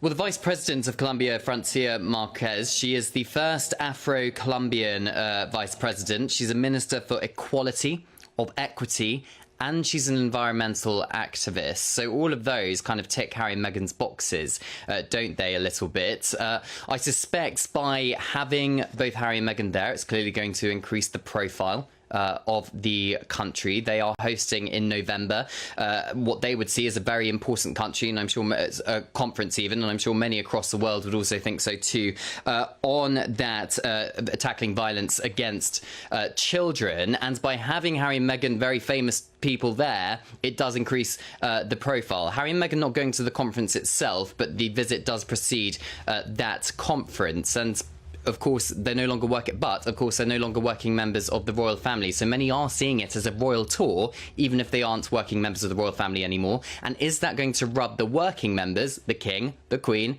the Prince and Princess of Wales, up the wrong way? Because they really can't at the moment because of the King's cancer diagnosis and the Prince and Princess of Wales's cancer diagnosis, although the King is going to Australia in the autumn. Well, Cameron Walker, thank you very much for bringing us all of that.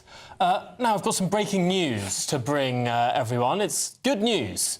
Great Britain's Scott Brash, Harry Charles and Ben Mayer have won a gold medal in the jumping team final at the Paris Olympics. And most importantly of all, this means we've now jumped ahead of France in the medal table. Right in time to respond to your tweet there. Tom literally just tweeted saying, one more medal, give us one more medal, and here we have it. That's another gold there for the British Olympic team. It's catapulted us into third place behind only China and the United States of America. It shows Britain punching well beyond its weight in the sporting world. As long as we're beating France, as long as we're beating ahead of the France. hosts, ahead of the hosts. I'll take bronze for that. But do stay with us here on GB News because we'll be having a rather interesting next segment. It's one of my favourite days of the year. Yes, grab yourself a nice cold pint for International Beer Day. We'll be hearing from a pub landlord in his favourite boozer after this.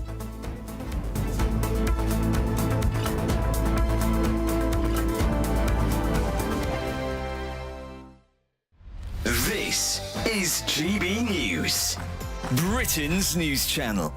Prince Harry, he's back again. He's reignited the row over Meghan Markle's shattered relationship with Britain. In an ITV interview aired last night, he explained why he still feels it's too dangerous to bring his wife back to the UK. It's still dangerous, and all it takes is one lone actor, one person who reads this stuff to act on what they have read, and whether it's a knife or acid, whatever it is, and these are things that are a genuine concern for me. It's one of the reasons why I won't bring my wife back to this country. So will we ever see Meghan Markle back in Britain? I'm delighted to welcome the former royal correspondent at the Daily Express, Richard Palmer. Well, I think there is certainly a history of far-right extremists targeting Harry and Meghan. You know, there have been a couple of quite prominent cases, I think.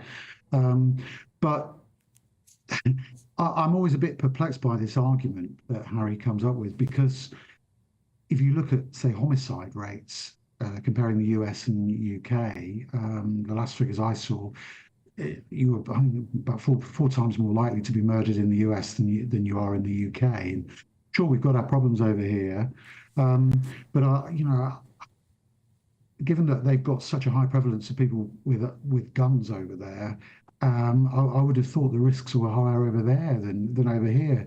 And I think we have seen increasingly in the last couple of years that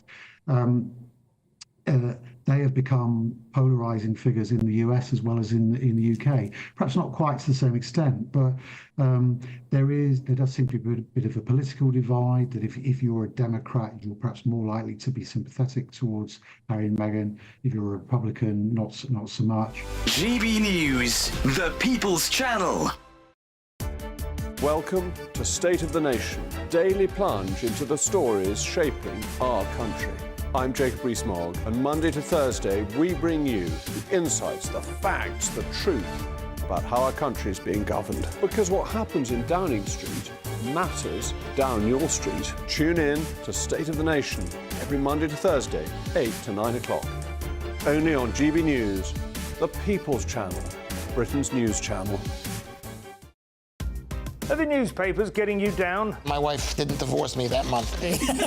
Struggling to separate the wheat from the chaff? I know that it's a bit of a circus at the best of times. Well, don't worry. Headliners has got you covered. We'll take the burden of reading the day's news, and if we get depressed, who cares? It's an occupational hazard, frankly. That's Headliners on GB News from 11 p.m. till midnight, and the following morning, 5 till 6 a.m. on GB News, the comedy channel. Nah, just kidding. Britain's news channel.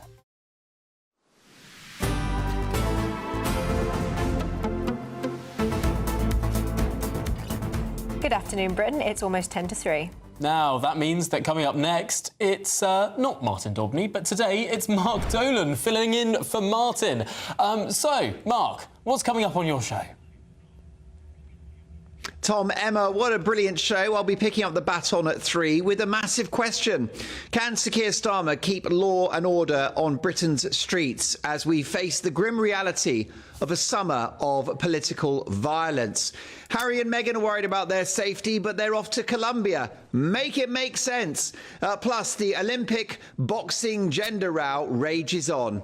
And the BBC and the bad headlines keep on coming.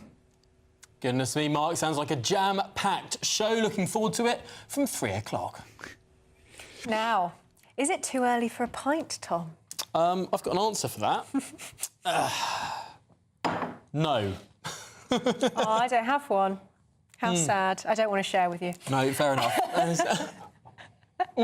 Is it good? Do you want, yeah, I think it's good. I think we should have one every show around this time. I think it would, especially on a Friday, really How long has that been sitting there for? It's been sitting there all show. I've been waiting for this moment for the last 2.5 hours. Well, you might be wondering why Tom has had a pint squirreled away underneath the desk for the entire show, and that's because it's International Beer Day. Well, to celebrate, people around the world are being asked to raise a toast to bartenders and brewers. So joining us now is the owner of the Dog in Wingham, Mark Bridgen, who's enjoying a pint on his day off at the Hare and Billet. Well, cheers, first of all, and happy International Beer Day. I've got to be honest, it is the first time I've ever heard of International Beer Day, but I'm absolutely taking advantage of the excuse. Beer is, of course, an important social aspect, I suppose, in all our lives. Cultural, even. Absolutely. Yeah, most important drink of the day. So, do you regularly celebrate International Beer Day, or is this just... Or is every day International Beer Day for you? Every day is Beer Day for me. National Beer Day is the 15th of June, I believe, and it doesn't hurt to have an International Day as well. And hopefully, people up and down the country will get out to support their local pub today and over the weekend. Absolutely. Now, Mark, to taken onto a slightly more serious note, pubs have really been struggling, haven't they, particularly after lockdown. So how important is something like International Beer Day for getting people back down their local pub? I think any reason to get people out supporting, not just their local pub, but any hospitality business is really essential at the moment. Yeah, you know, the sun's out. We've got tons of sport going on at the moment, and obviously the Olympics with your guys winning prizes for jumping. It is, you know, as jolly as I am today on a day off in the sunshine, having a pint. It's really tough. There's no dressing it up. People are feeling the squeeze. And, you know, the first thing that goes is, you know, their fun tokens. And, you know, if your viewers can get out this weekend to pubs, restaurants, cafes to have a drink, it would be hugely appreciated because, yeah, we're facing, like everyone is, you know, I live in the real world. We're all feeling the squeeze. But, you know, hospitality was the main focus point through the pandemic, or one of the main, you know, a big industry that was rescued. And we had a real pickup after COVID. But yeah, the last 12 months or more have been incredibly tough. You know, I'm sat in, you know, the most fantastic pub in Blackheath, the Hare and Billet. They have I've been there. Oh, have you? It is a wonderful how pub. Good it is. It's awesome and very relevant on International Beer Day. You know, they have 20 different. They have 10 cask ale pumps, and I think it's 11 or 12 draft beer pumps. So, you know, these guys are celebrating beer every day. But you know, when I got here, importantly, they also do a very good roast dinner. They do. That was actually the last time I ate here was for a Sunday roast, and it was fantastic. Amazing. So look, it's an awesome pub, but sadly today, you know, speaking to the manager when I came in, it's really, really quiet, and you know, and it's the same at the Dog at Wingham. So yeah, those that can, please get out. You know, enjoy a beer, not just beer. You know, tonight at the Hare and Billet, it's Fizz Friday, so you can have a bottle of Prosecco for £20. But yeah, you know, if you can, stroll out to your local pub, restaurant, and yeah, have a pint and catch up with the family and friends. Absolutely. Such an important message. And it's so good to see how, I suppose, adaptable and versatile our pubs have been over the last, well, goodness me, four or so years. They've been through the ringer, but whether it's takeaway pints or doing sort of food deliveries as well, we've seen it all. Mark Bridgen, thank you so much for joining us on what we learn is International Beer Day. Cheers. And as my dad says, weekend. pubs are like churches. If you don't use them, you lose them. So get down to your local and have a beer on International Beer Day. Marvellous stuff. And let's hope we can whack on not just some sport, but some GB News on the TV in the corner as well. Well, goodness me, that's all that we have time for today on Good Afternoon Britain. But don't switch off, don't go anywhere, because, of course, at 3 o'clock, it's the one, only, inimitable Mark Dolan in for Martin Daubney and, of course, Robert Jenrick's leadership launch. Don't go anywhere. A brighter outlook with Box Solar, sponsors of weather on GB News. Hello again, here's your latest GB News weather forecast from the Met Office. As we go through the rest of today and into the weekend, there will be some fine sunny weather around, but it's going to turn fresher, and there will be some wet weather arriving because of a frontal system that's already starting to push its way in across parts of Scotland and Northern Ireland and has brought some heavy bursts of rain here. It's going to continue to push its way southeastwards as we go through this evening and overnight. So the rain does break up, but it will push into parts of England and Wales overnight, clinging on to some clear skies across the far southeast and clear skies